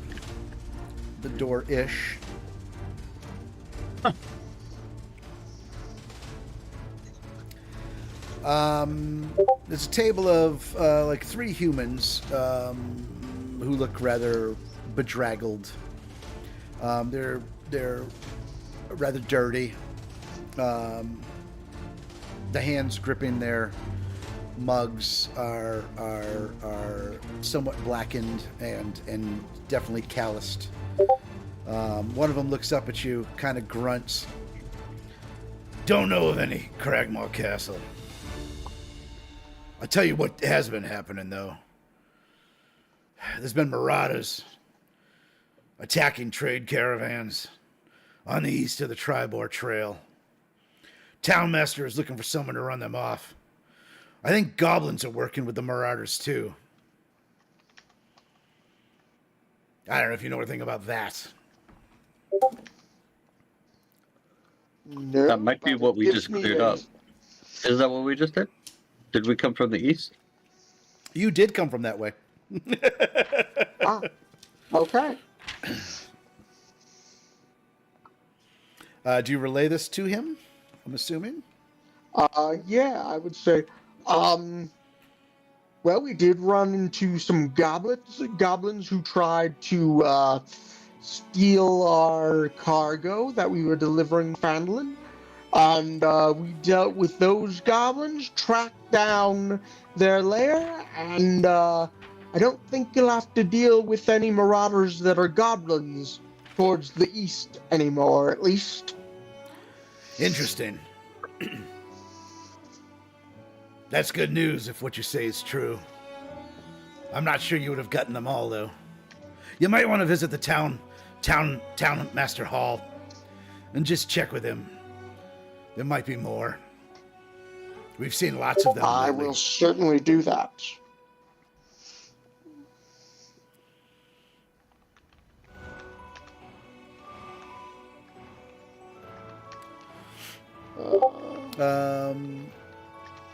So, as you're talking, is anybody else in the group, Lysander or Apatros, are you guys just standing there with him, or are you doing anything independently? I'm gonna. I think I'll be with Vic. All right, I know this part, so I'm not gonna do anything. Yeah, well, you can do something, Paul. This isn't. That's all right. That's all right. I don't Okay. want to influence anything. So, with the three of you standing there, just talking to somebody at the door, you hear a sharp whistle. And you look over to see this dwarf standing behind the bar, with her fingers in her mouth, looking directly at you. And she kind of goes like this.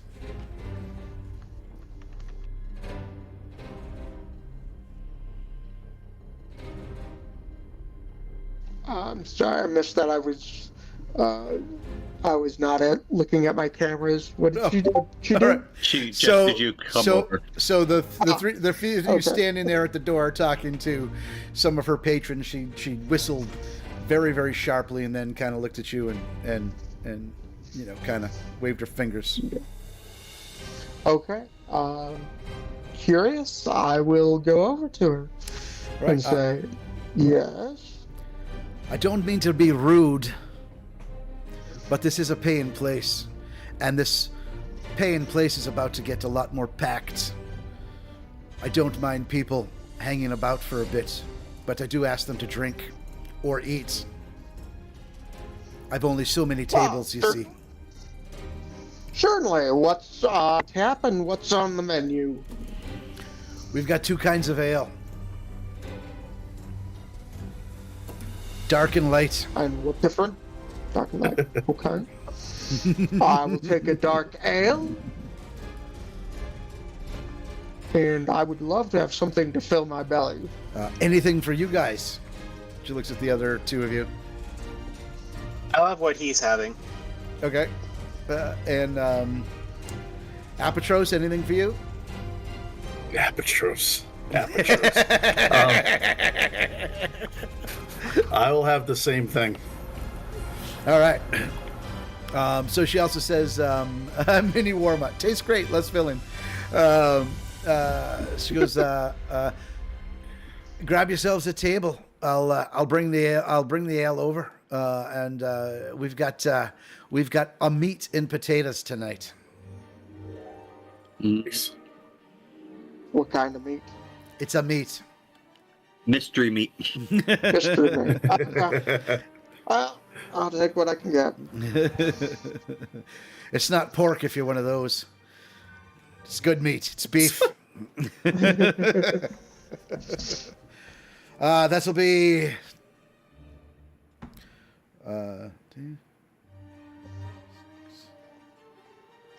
It'll be 20 copper. I got it. And just curious, are you getting a room for the night?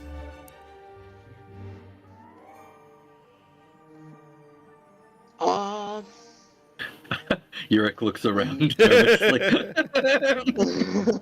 I'm not there yet. He's not even there yet. We need to discuss that with the rest of our party. Very well. We've, I just want to let you know that rooms will fill up pretty fast in the next hour or two, so something to keep in mind. So she hands you your mugs and says she'll bring your food out to the table. A few moments later, she shows up at the table. My name, by the way, is Elsa. I'm the owner of this fine establishment. What are you in town for? Just curious. Well, we had gotten a job from Gundren to bring some supplies to town, but it seems Gundren has gotten himself wrapped up in some trouble and has been kidnapped by a group of goblins. Oh my! Hanging out at Cragmaw Castle. Unfortunately, we do not know where that castle is, and you would very much like to go to his rescue. Do you perchance know where it would be, or if not, know of a local who is familiar with the area and might know? Well, you know what? I'll send over the innkeeper. He might know something. You could also always check at the Edermath farm. Darren Edermath, the orchard keeper, used to be an adventurer. Knows things. Always seems to know things. Did they get shot in the knee? Oh, also my sister Gwen. She's a scholar of the city of Neverwinter. She again knows things. She's not quite here yet, though. She might be here in a day or two. Mini Warmont, the typical Irish Scottish tavern owner. Yeah, and it's a dwarf too. I always do Scottish for dwarfs. I've just accepted it that a dwarf will always be Irish or Scottish. And Mini Warmont, I only have so many accents too. I am not Matt Mercer. And with that, she leaves your plates and she takes her leave. So we have our food? You have your food. Get in my belly!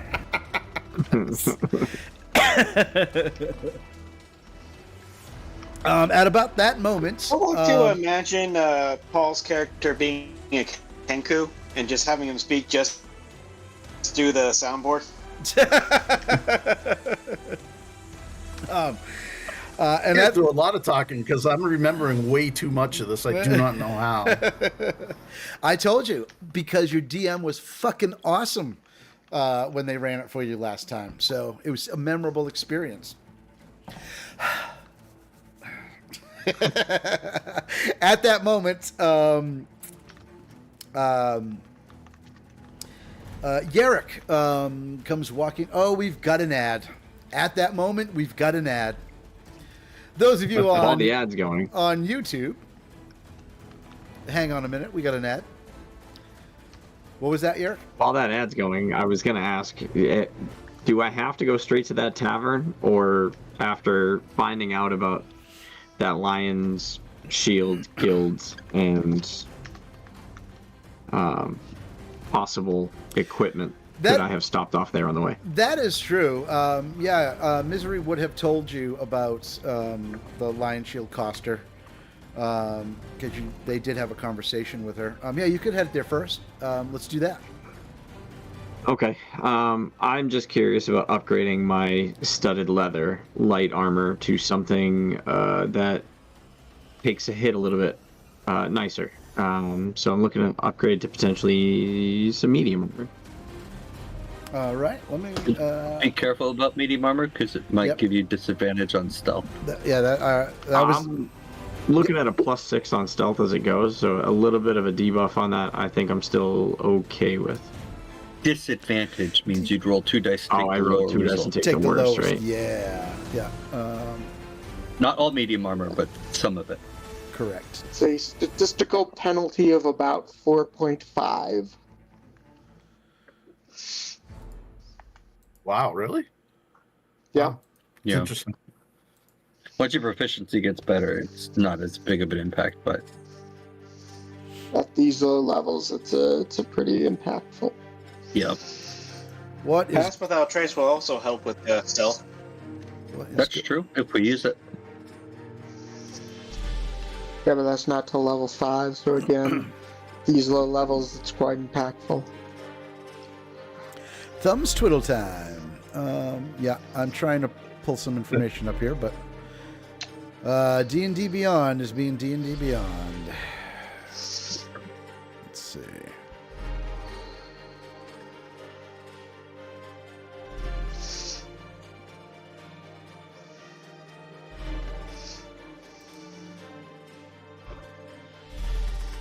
Oh my gosh. Let me try it on my phone. I mean, unless they happen to have some other light armor that's, better. Chain shirt will give you 13 plus dex instead of 12 plus dex. That's without disadvantage.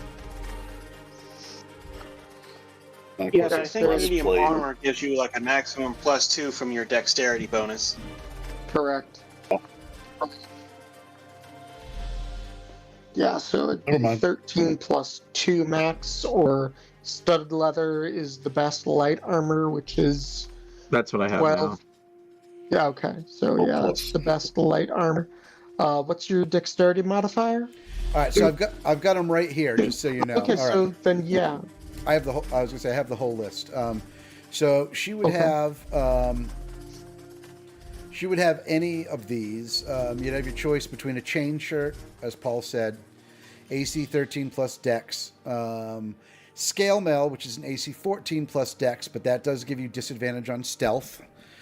Breastplate, which is a 14 plus Dex, no stealth penalty according to this. Half plate, which is 15 plus, but with a disadvantage on stealth. And then there's some hides, medium hide armor. That's an AC 12.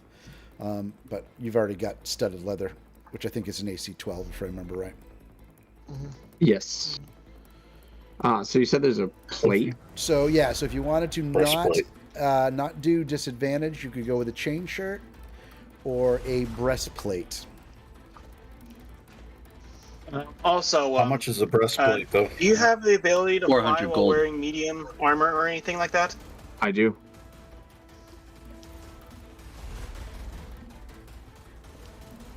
Because I know there are some we're races gonna that won't come let you 400. fly while wearing medium or heavy armor. Flight, I can't use it if I cannot if I'm using. I was going to ask you that next. Yeah. It says I can't use the flying speed if I'm wearing medium. That just means I can't fly at all. Correct. Correct. Yep. So keeping light armor is what I need to do then. I guess I'll just stay squishy. Yeah. Well, you are a ranger, which is more of a movement-based character.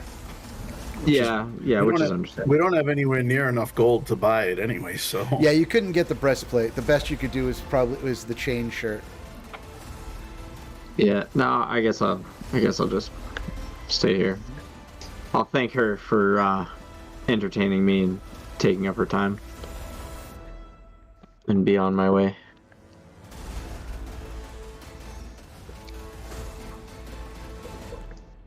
Let's see.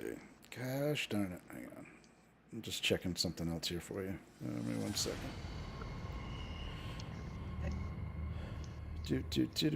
Not that a 14 AC is bad. It's just not great.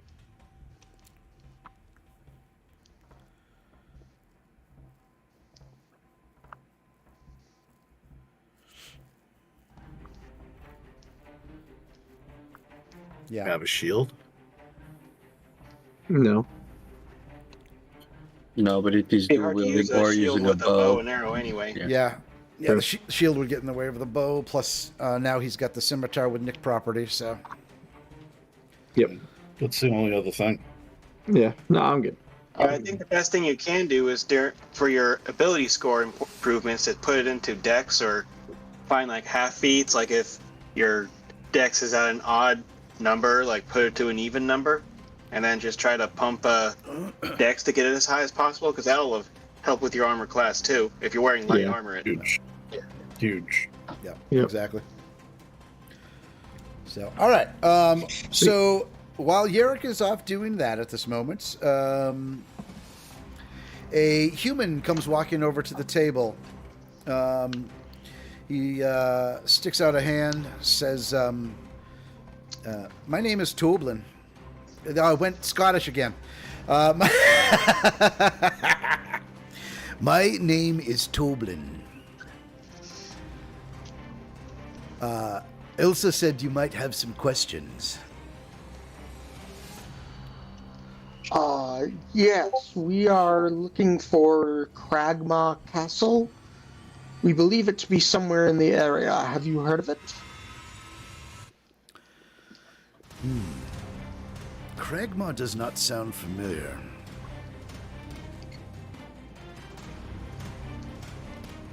However,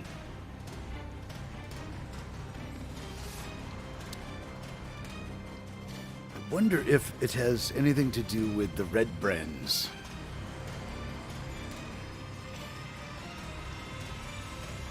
I know The Red Brands goblins? they're not goblins, but they keep all sorts. They mess with... Well, I say they're not goblins, but they do have goblins amongst their ranks. Bugbears as well. I know Thel Dendrar, a local woodcarver here, stood up to the Red Brands about a 10-day ago when they came by his shop and bullied his wife. The ruffians provoked a fight, and they murdered the poor Thel. Quite a few townsfolk saw it happen. The Red Brands then grabbed his body, and now his wife, daughter, and son have gone missing.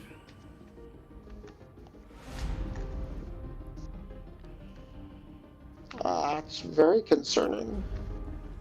Hey, Pip! Pip! You see him yell to a younger lad comes running over. Yeah, Dad?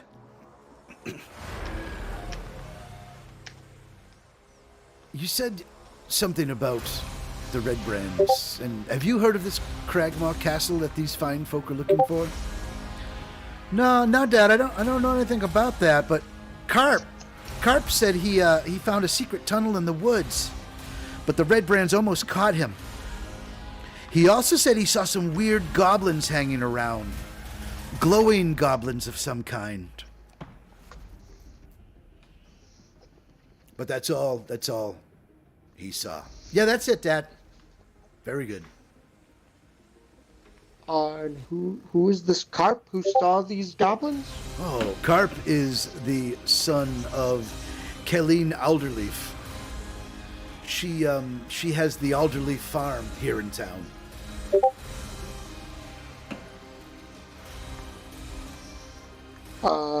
Okay.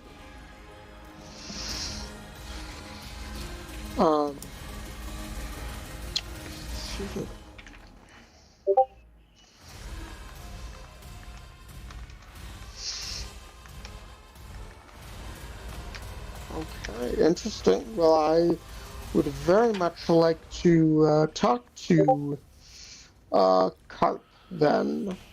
Well, I would say you could probably catch them in the morning. Yes, I would think. And he kind of turns to his patrons and goes, "Does any of you know anything of a Cragmaw castle?" You see a lot of people shaking their heads.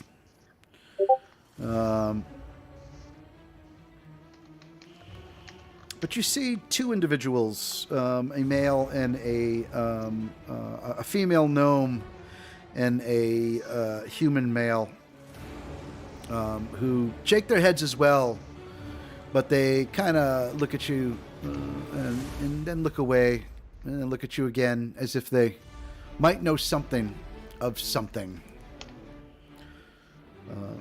And Toblin says, well, I bid you a good night. Please, if you require a room, just ask for either myself or for Elsa. And at that moment, finally, our Owlin Ranger Yerrick walks through the door, sees...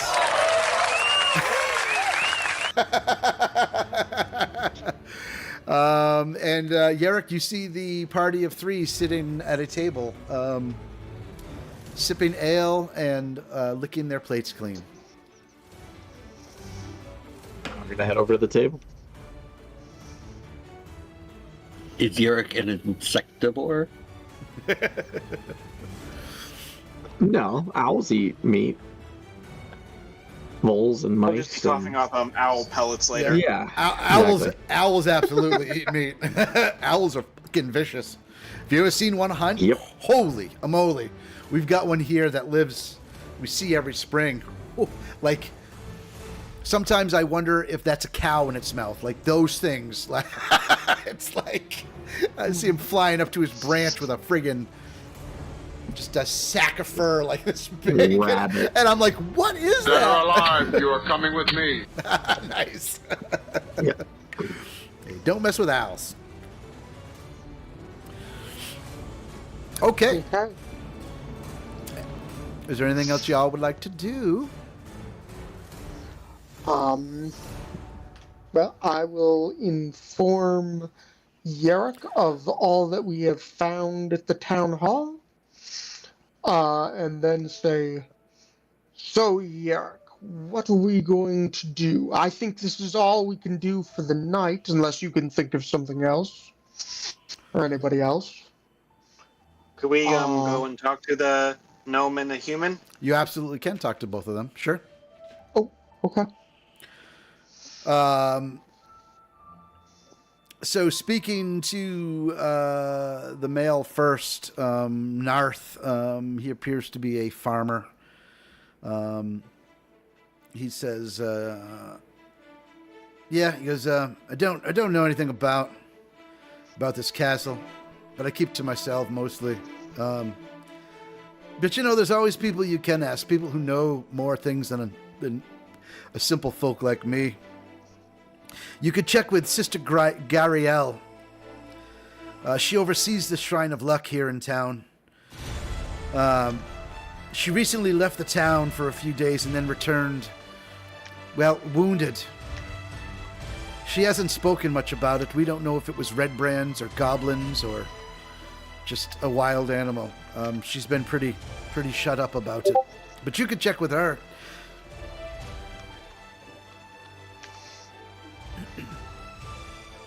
Okay.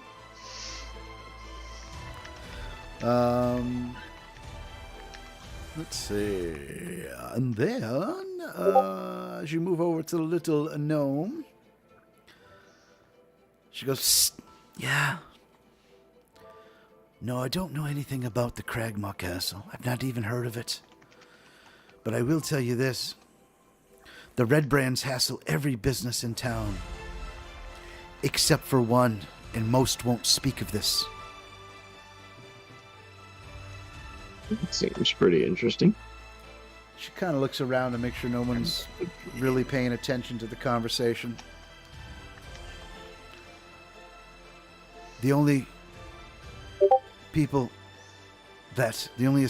that they don't harass is the Phandalin's Miners Exchange. I tell you what, not surprisingly, they don't want any trouble with Halia Thornton. She runs it, you see, and she is not to be trifled with. Great Odin's Raven. What was the name again? It was the Phandalin Miners Exchange, and her name was Halia, Halia, Thornton, Thornton.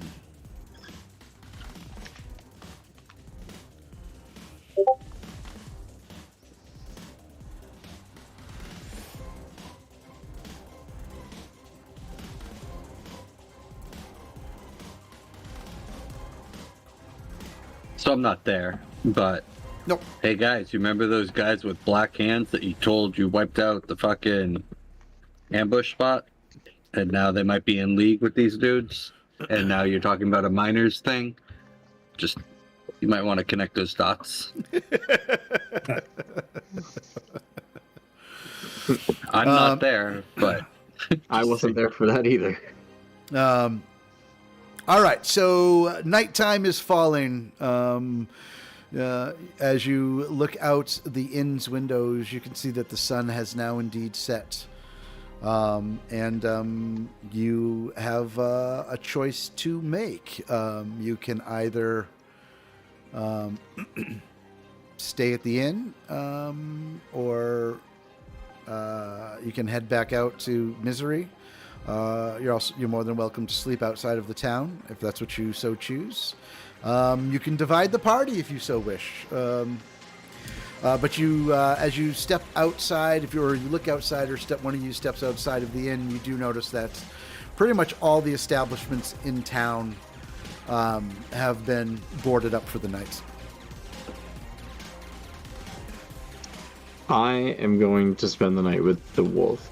I don't care if you guys stay in town, get a room, do what you please, but I'm gonna spend the night with the wolf.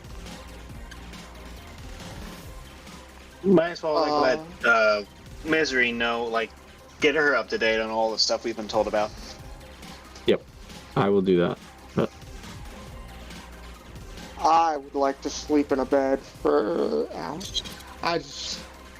I'm not built for camping. I'm not built for camping. Apatros would like to sleep indoors too. Same with Lysander. All right, so Yarick will head back out of town then. That's fine. Inform Misery of all that we have learned. So now the entire party is all caught up. Misery, are you going to stay out of town or in town? yeah, I'll stay out also. I'm not going to leave one party member to their woes. In fact, I'll tell Yurik, you take first watch. I only need 4 hours, and then you go to bed, and then I'll watch. okay. I'm trying to see how much a room is. So you're going to require 2 rooms if everybody wants to sleep in a bed. Each room has 2 beds in it. And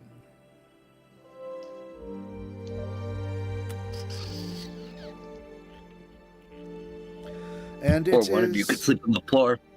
That's true. You want to do that too. It's up to you. 1 room or 2. Your choice. I could sleep on the floor. I'm an orc. Okay, then 1 room will be a single gold piece for the night. Got it. That also includes coffee in the morning. Continental breakfast, boy.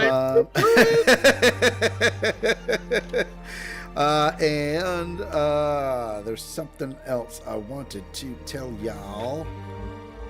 You want mint for your pillow? Housekeeping? Housekeeping? What kind of hotel is this?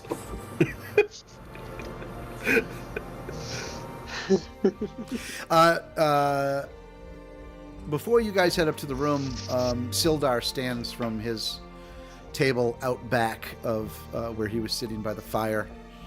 Walks past your table, puts a hand on Thick's shoulder, kind of leans over to the table. This also would have been prior to Yarick leaving as well. I forgot about doing this, so we're going to add this in now. We're going to retcon. And he says, in the morning, when you wake up, find me at the Townmaster's Hall. I'm going to look into my friend's disappearance, Iarno Albrecht, and ask about this Cragmaw castle. Maybe we can get some answers. Sleep well. And then he trots off up the stairs to his room. Okay. Hang on. So, this actually is a great place to pause, but before we even think about doing that,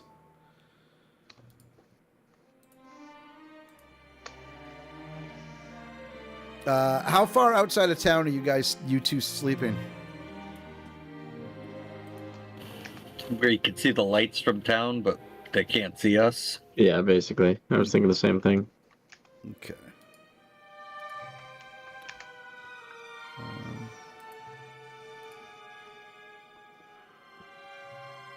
Oh, you can't do a disadvantage or advantage on the new dice? What? You should. No, you used to be able to left click, and now with the new thing, that doesn't work. No, it's a right click. No, right click, it just adds how many dice there are. Used to be able to roll just a flat d20. Oh no, I'm thinking of something else, right? Hang on. Sorry, guys. First day. All right, let's roll. Hey, that's my joke. All right, let's roll. Take my joke. Let's roll these.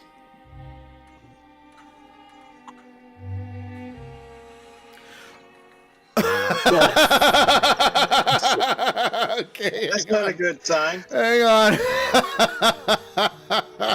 Unreal. But if it's disadvantaged, it doesn't count. So. Wait a minute. I am at a disadvantage. Hang on. What was the second roll? Oh my god, hang on. A 9. 9. Okay. You guys, I didn't see the 9. You're welcome. Yes, thank you.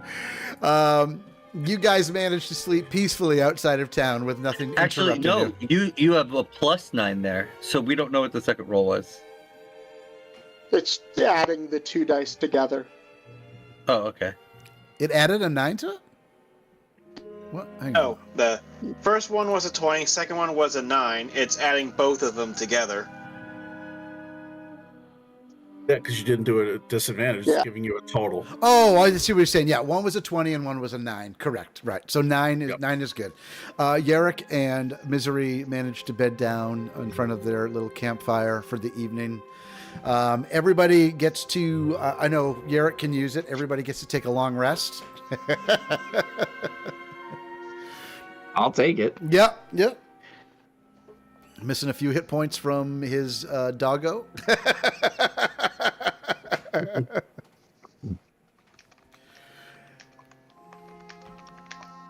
All right. And everybody gets up in the morning. Those of you at the Stone Hill Inn slept very soundly. You wake up to the smells of fresh coffee and sizzling bacon. Assuming you head on downstairs, are you going to sit and have breakfast? Or are you going to head out of town to talk to the others? Are you going to head right over to the Townmaster's Hall? I would like to get Maybe breakfast. take some take some breakfast, take some extra for the 2 that slept outside, and then maybe head up to the town hall after that. Okay, very nice. Yeah. All right, so shortly after Yarrick and Misery, you wake from a fitful night's sleep. Your other companions, you see them walking down the road towards you with a doggy bag. Waka. Or I guess it would kind of be a doggy parchment, right? They wouldn't really have a bag. It would be wrapped in parchments. And they hand you your breakfast. Thank you. Everybody would then... You doing a cost on that? No, it was included with the night's stay. Okay. So you two also eat. You, as a party, you guys kind of all get caught up with each other on all the information that you guys have received up to this point. And like I said, it's about 9:05-ish, so it's probably a good place to pause. that works for everybody. Sure. Okay. And then you guys can decide. Are you heading to the town hall first thing? Well, seeing as how the So- DM keeps giving us like hints about dealing with this ruffians and going to the town hall or something like that, I would probably say that's probably where we need to go. Well, Well, there's 4 places that are being that were being pointed to. At least that's what I have. Yep, you've got the Alderleaf Farm. You can go talk to Colleen and her son Carp about some hidden passage that he found. You can talk to Sister Gariel at the Shrine of Luck, which is in town as well. She had left for a few days, came back wounded. You can go to the Town Master's Hall, speak to the Town Master about the Red Brands. Sildar is also there. Sildar said that he would do some checking into the Cragmaw Castle, but also do some checking into what may or may not have happened to his friend Iarno Albrecht. And then you can also head to the Miners' Exchange, and maybe speaking to Halia might reveal some reasons why the Red Brands don't want anything to do with her. Yep. So those are the four major things that you can do starting this day. I would, if you guys want to confer amongst yourselves at this moment and decide where you want to go first, that'd be great. I can at least get things set up for next Thursday. I think probably save the town hall for last. Try to do all these other side quests first. Right, but the town hall is also going to give us a reward for what we already done. Yeah, the town hall is what I would do first because we're going to get Yeah, a I'd do reward it. for the goblins. Yeah, I would start there too, and then you can still hit all these other things, especially if they Yeah. all still somehow sound connected. If you can start there, get the most information, and then find side information after that. So Yeah. above the table, Randy thinking, not my character, because my character has a -1 to intelligence. Town hall, get the reward. Then we talk to Gorell. Then there's a decent chance that the tunnels that Carp found lead to the castle. So I would say get the reward, then get the intelligence. Then we could go talk to Carp about the tunnel. There's a decent chance that Carp's story and Gorell's story overlap. The Miners Guild is if we roll poorly on our gather intelligence information stuff, then we could kind of poke the bee's nest a little bit to get more blunt feedback about what we're doing. I agree. I don't think we should leave town and go looking for carp till we have all the information that's in town. Yeah. Yeah. Yeah, I still have an interest in going to the Miners' Exchange, because if Gundren was up to doing looking for the old Phandelver, Wave Echo Cave, which used to be the site of the mine, they might know like what Gundren has been up to, and moreover like where his brothers are specifically camped. Because they might be able to, they probably have an interest in helping us get his brother, get their brother back. The miners are the bad guys. Did you miss that part? They are avoiding the Red Brands. The Red Brands are avoiding them. Yes, the red brands are. The Red Brands are avoiding the miners. I wouldn't say that. I mean, you can leave it up to your imagination as, I didn't get as it to why. from what they said. It seemed like they were afraid of the person that was running the Miners' Exchange. Yeah, like the person that's running the Miners' Exchange is not to be trifled with. Yeah. I don't know. When they're a bunch of thugs messing with everybody, and there's only one group that they're not messing with, it's usually because they're in league with them. There's going to be tough people in every facet of the town. You're going to have the tough guy who does the merchant stuff. You're going to have the tough guy who's a cook. You're going to have the tough guy who's a farmer. You know what I mean? There's going to be, when you have a big town, you're going to have lots of people that don't mess with people. If they're messing with everybody except for one person, it usually means they're in league with them. And again, this is Randy talking, not my character, but I got the distinct impression that it was shady. Well, that's something you can also decide as you're moving through town as well. We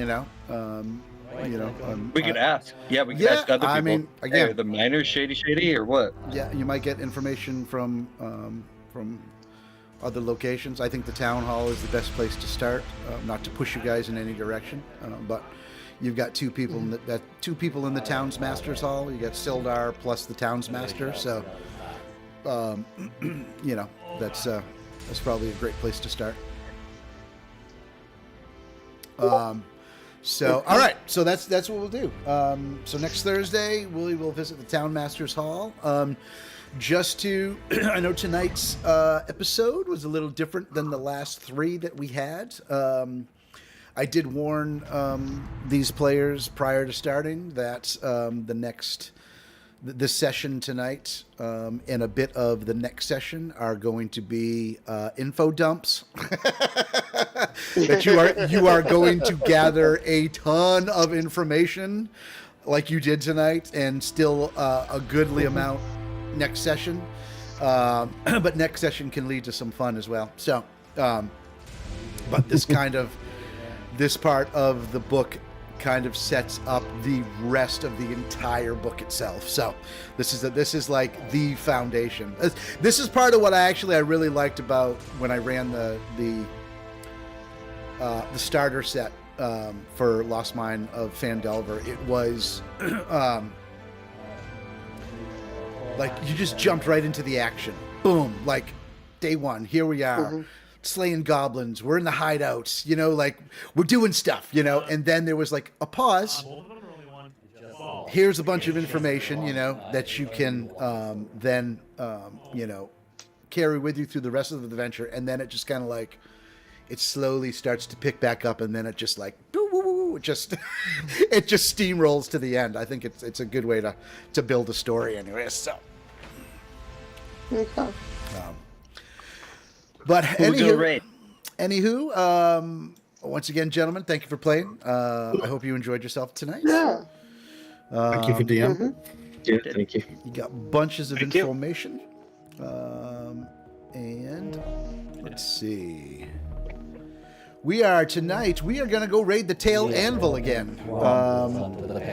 These guys have been really supportive of this channel.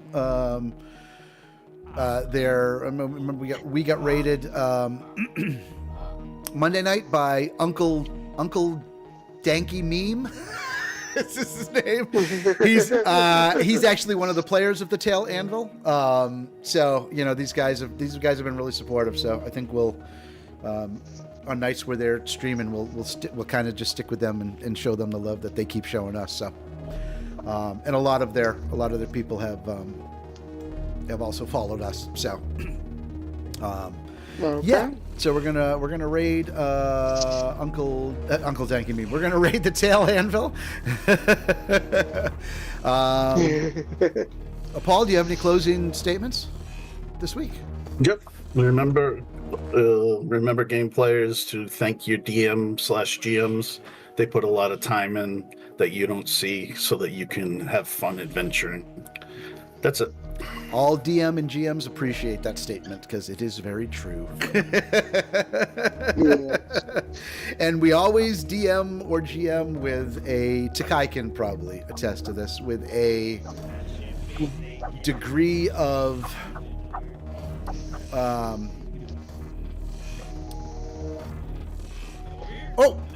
we just raided. And we're free. We're free.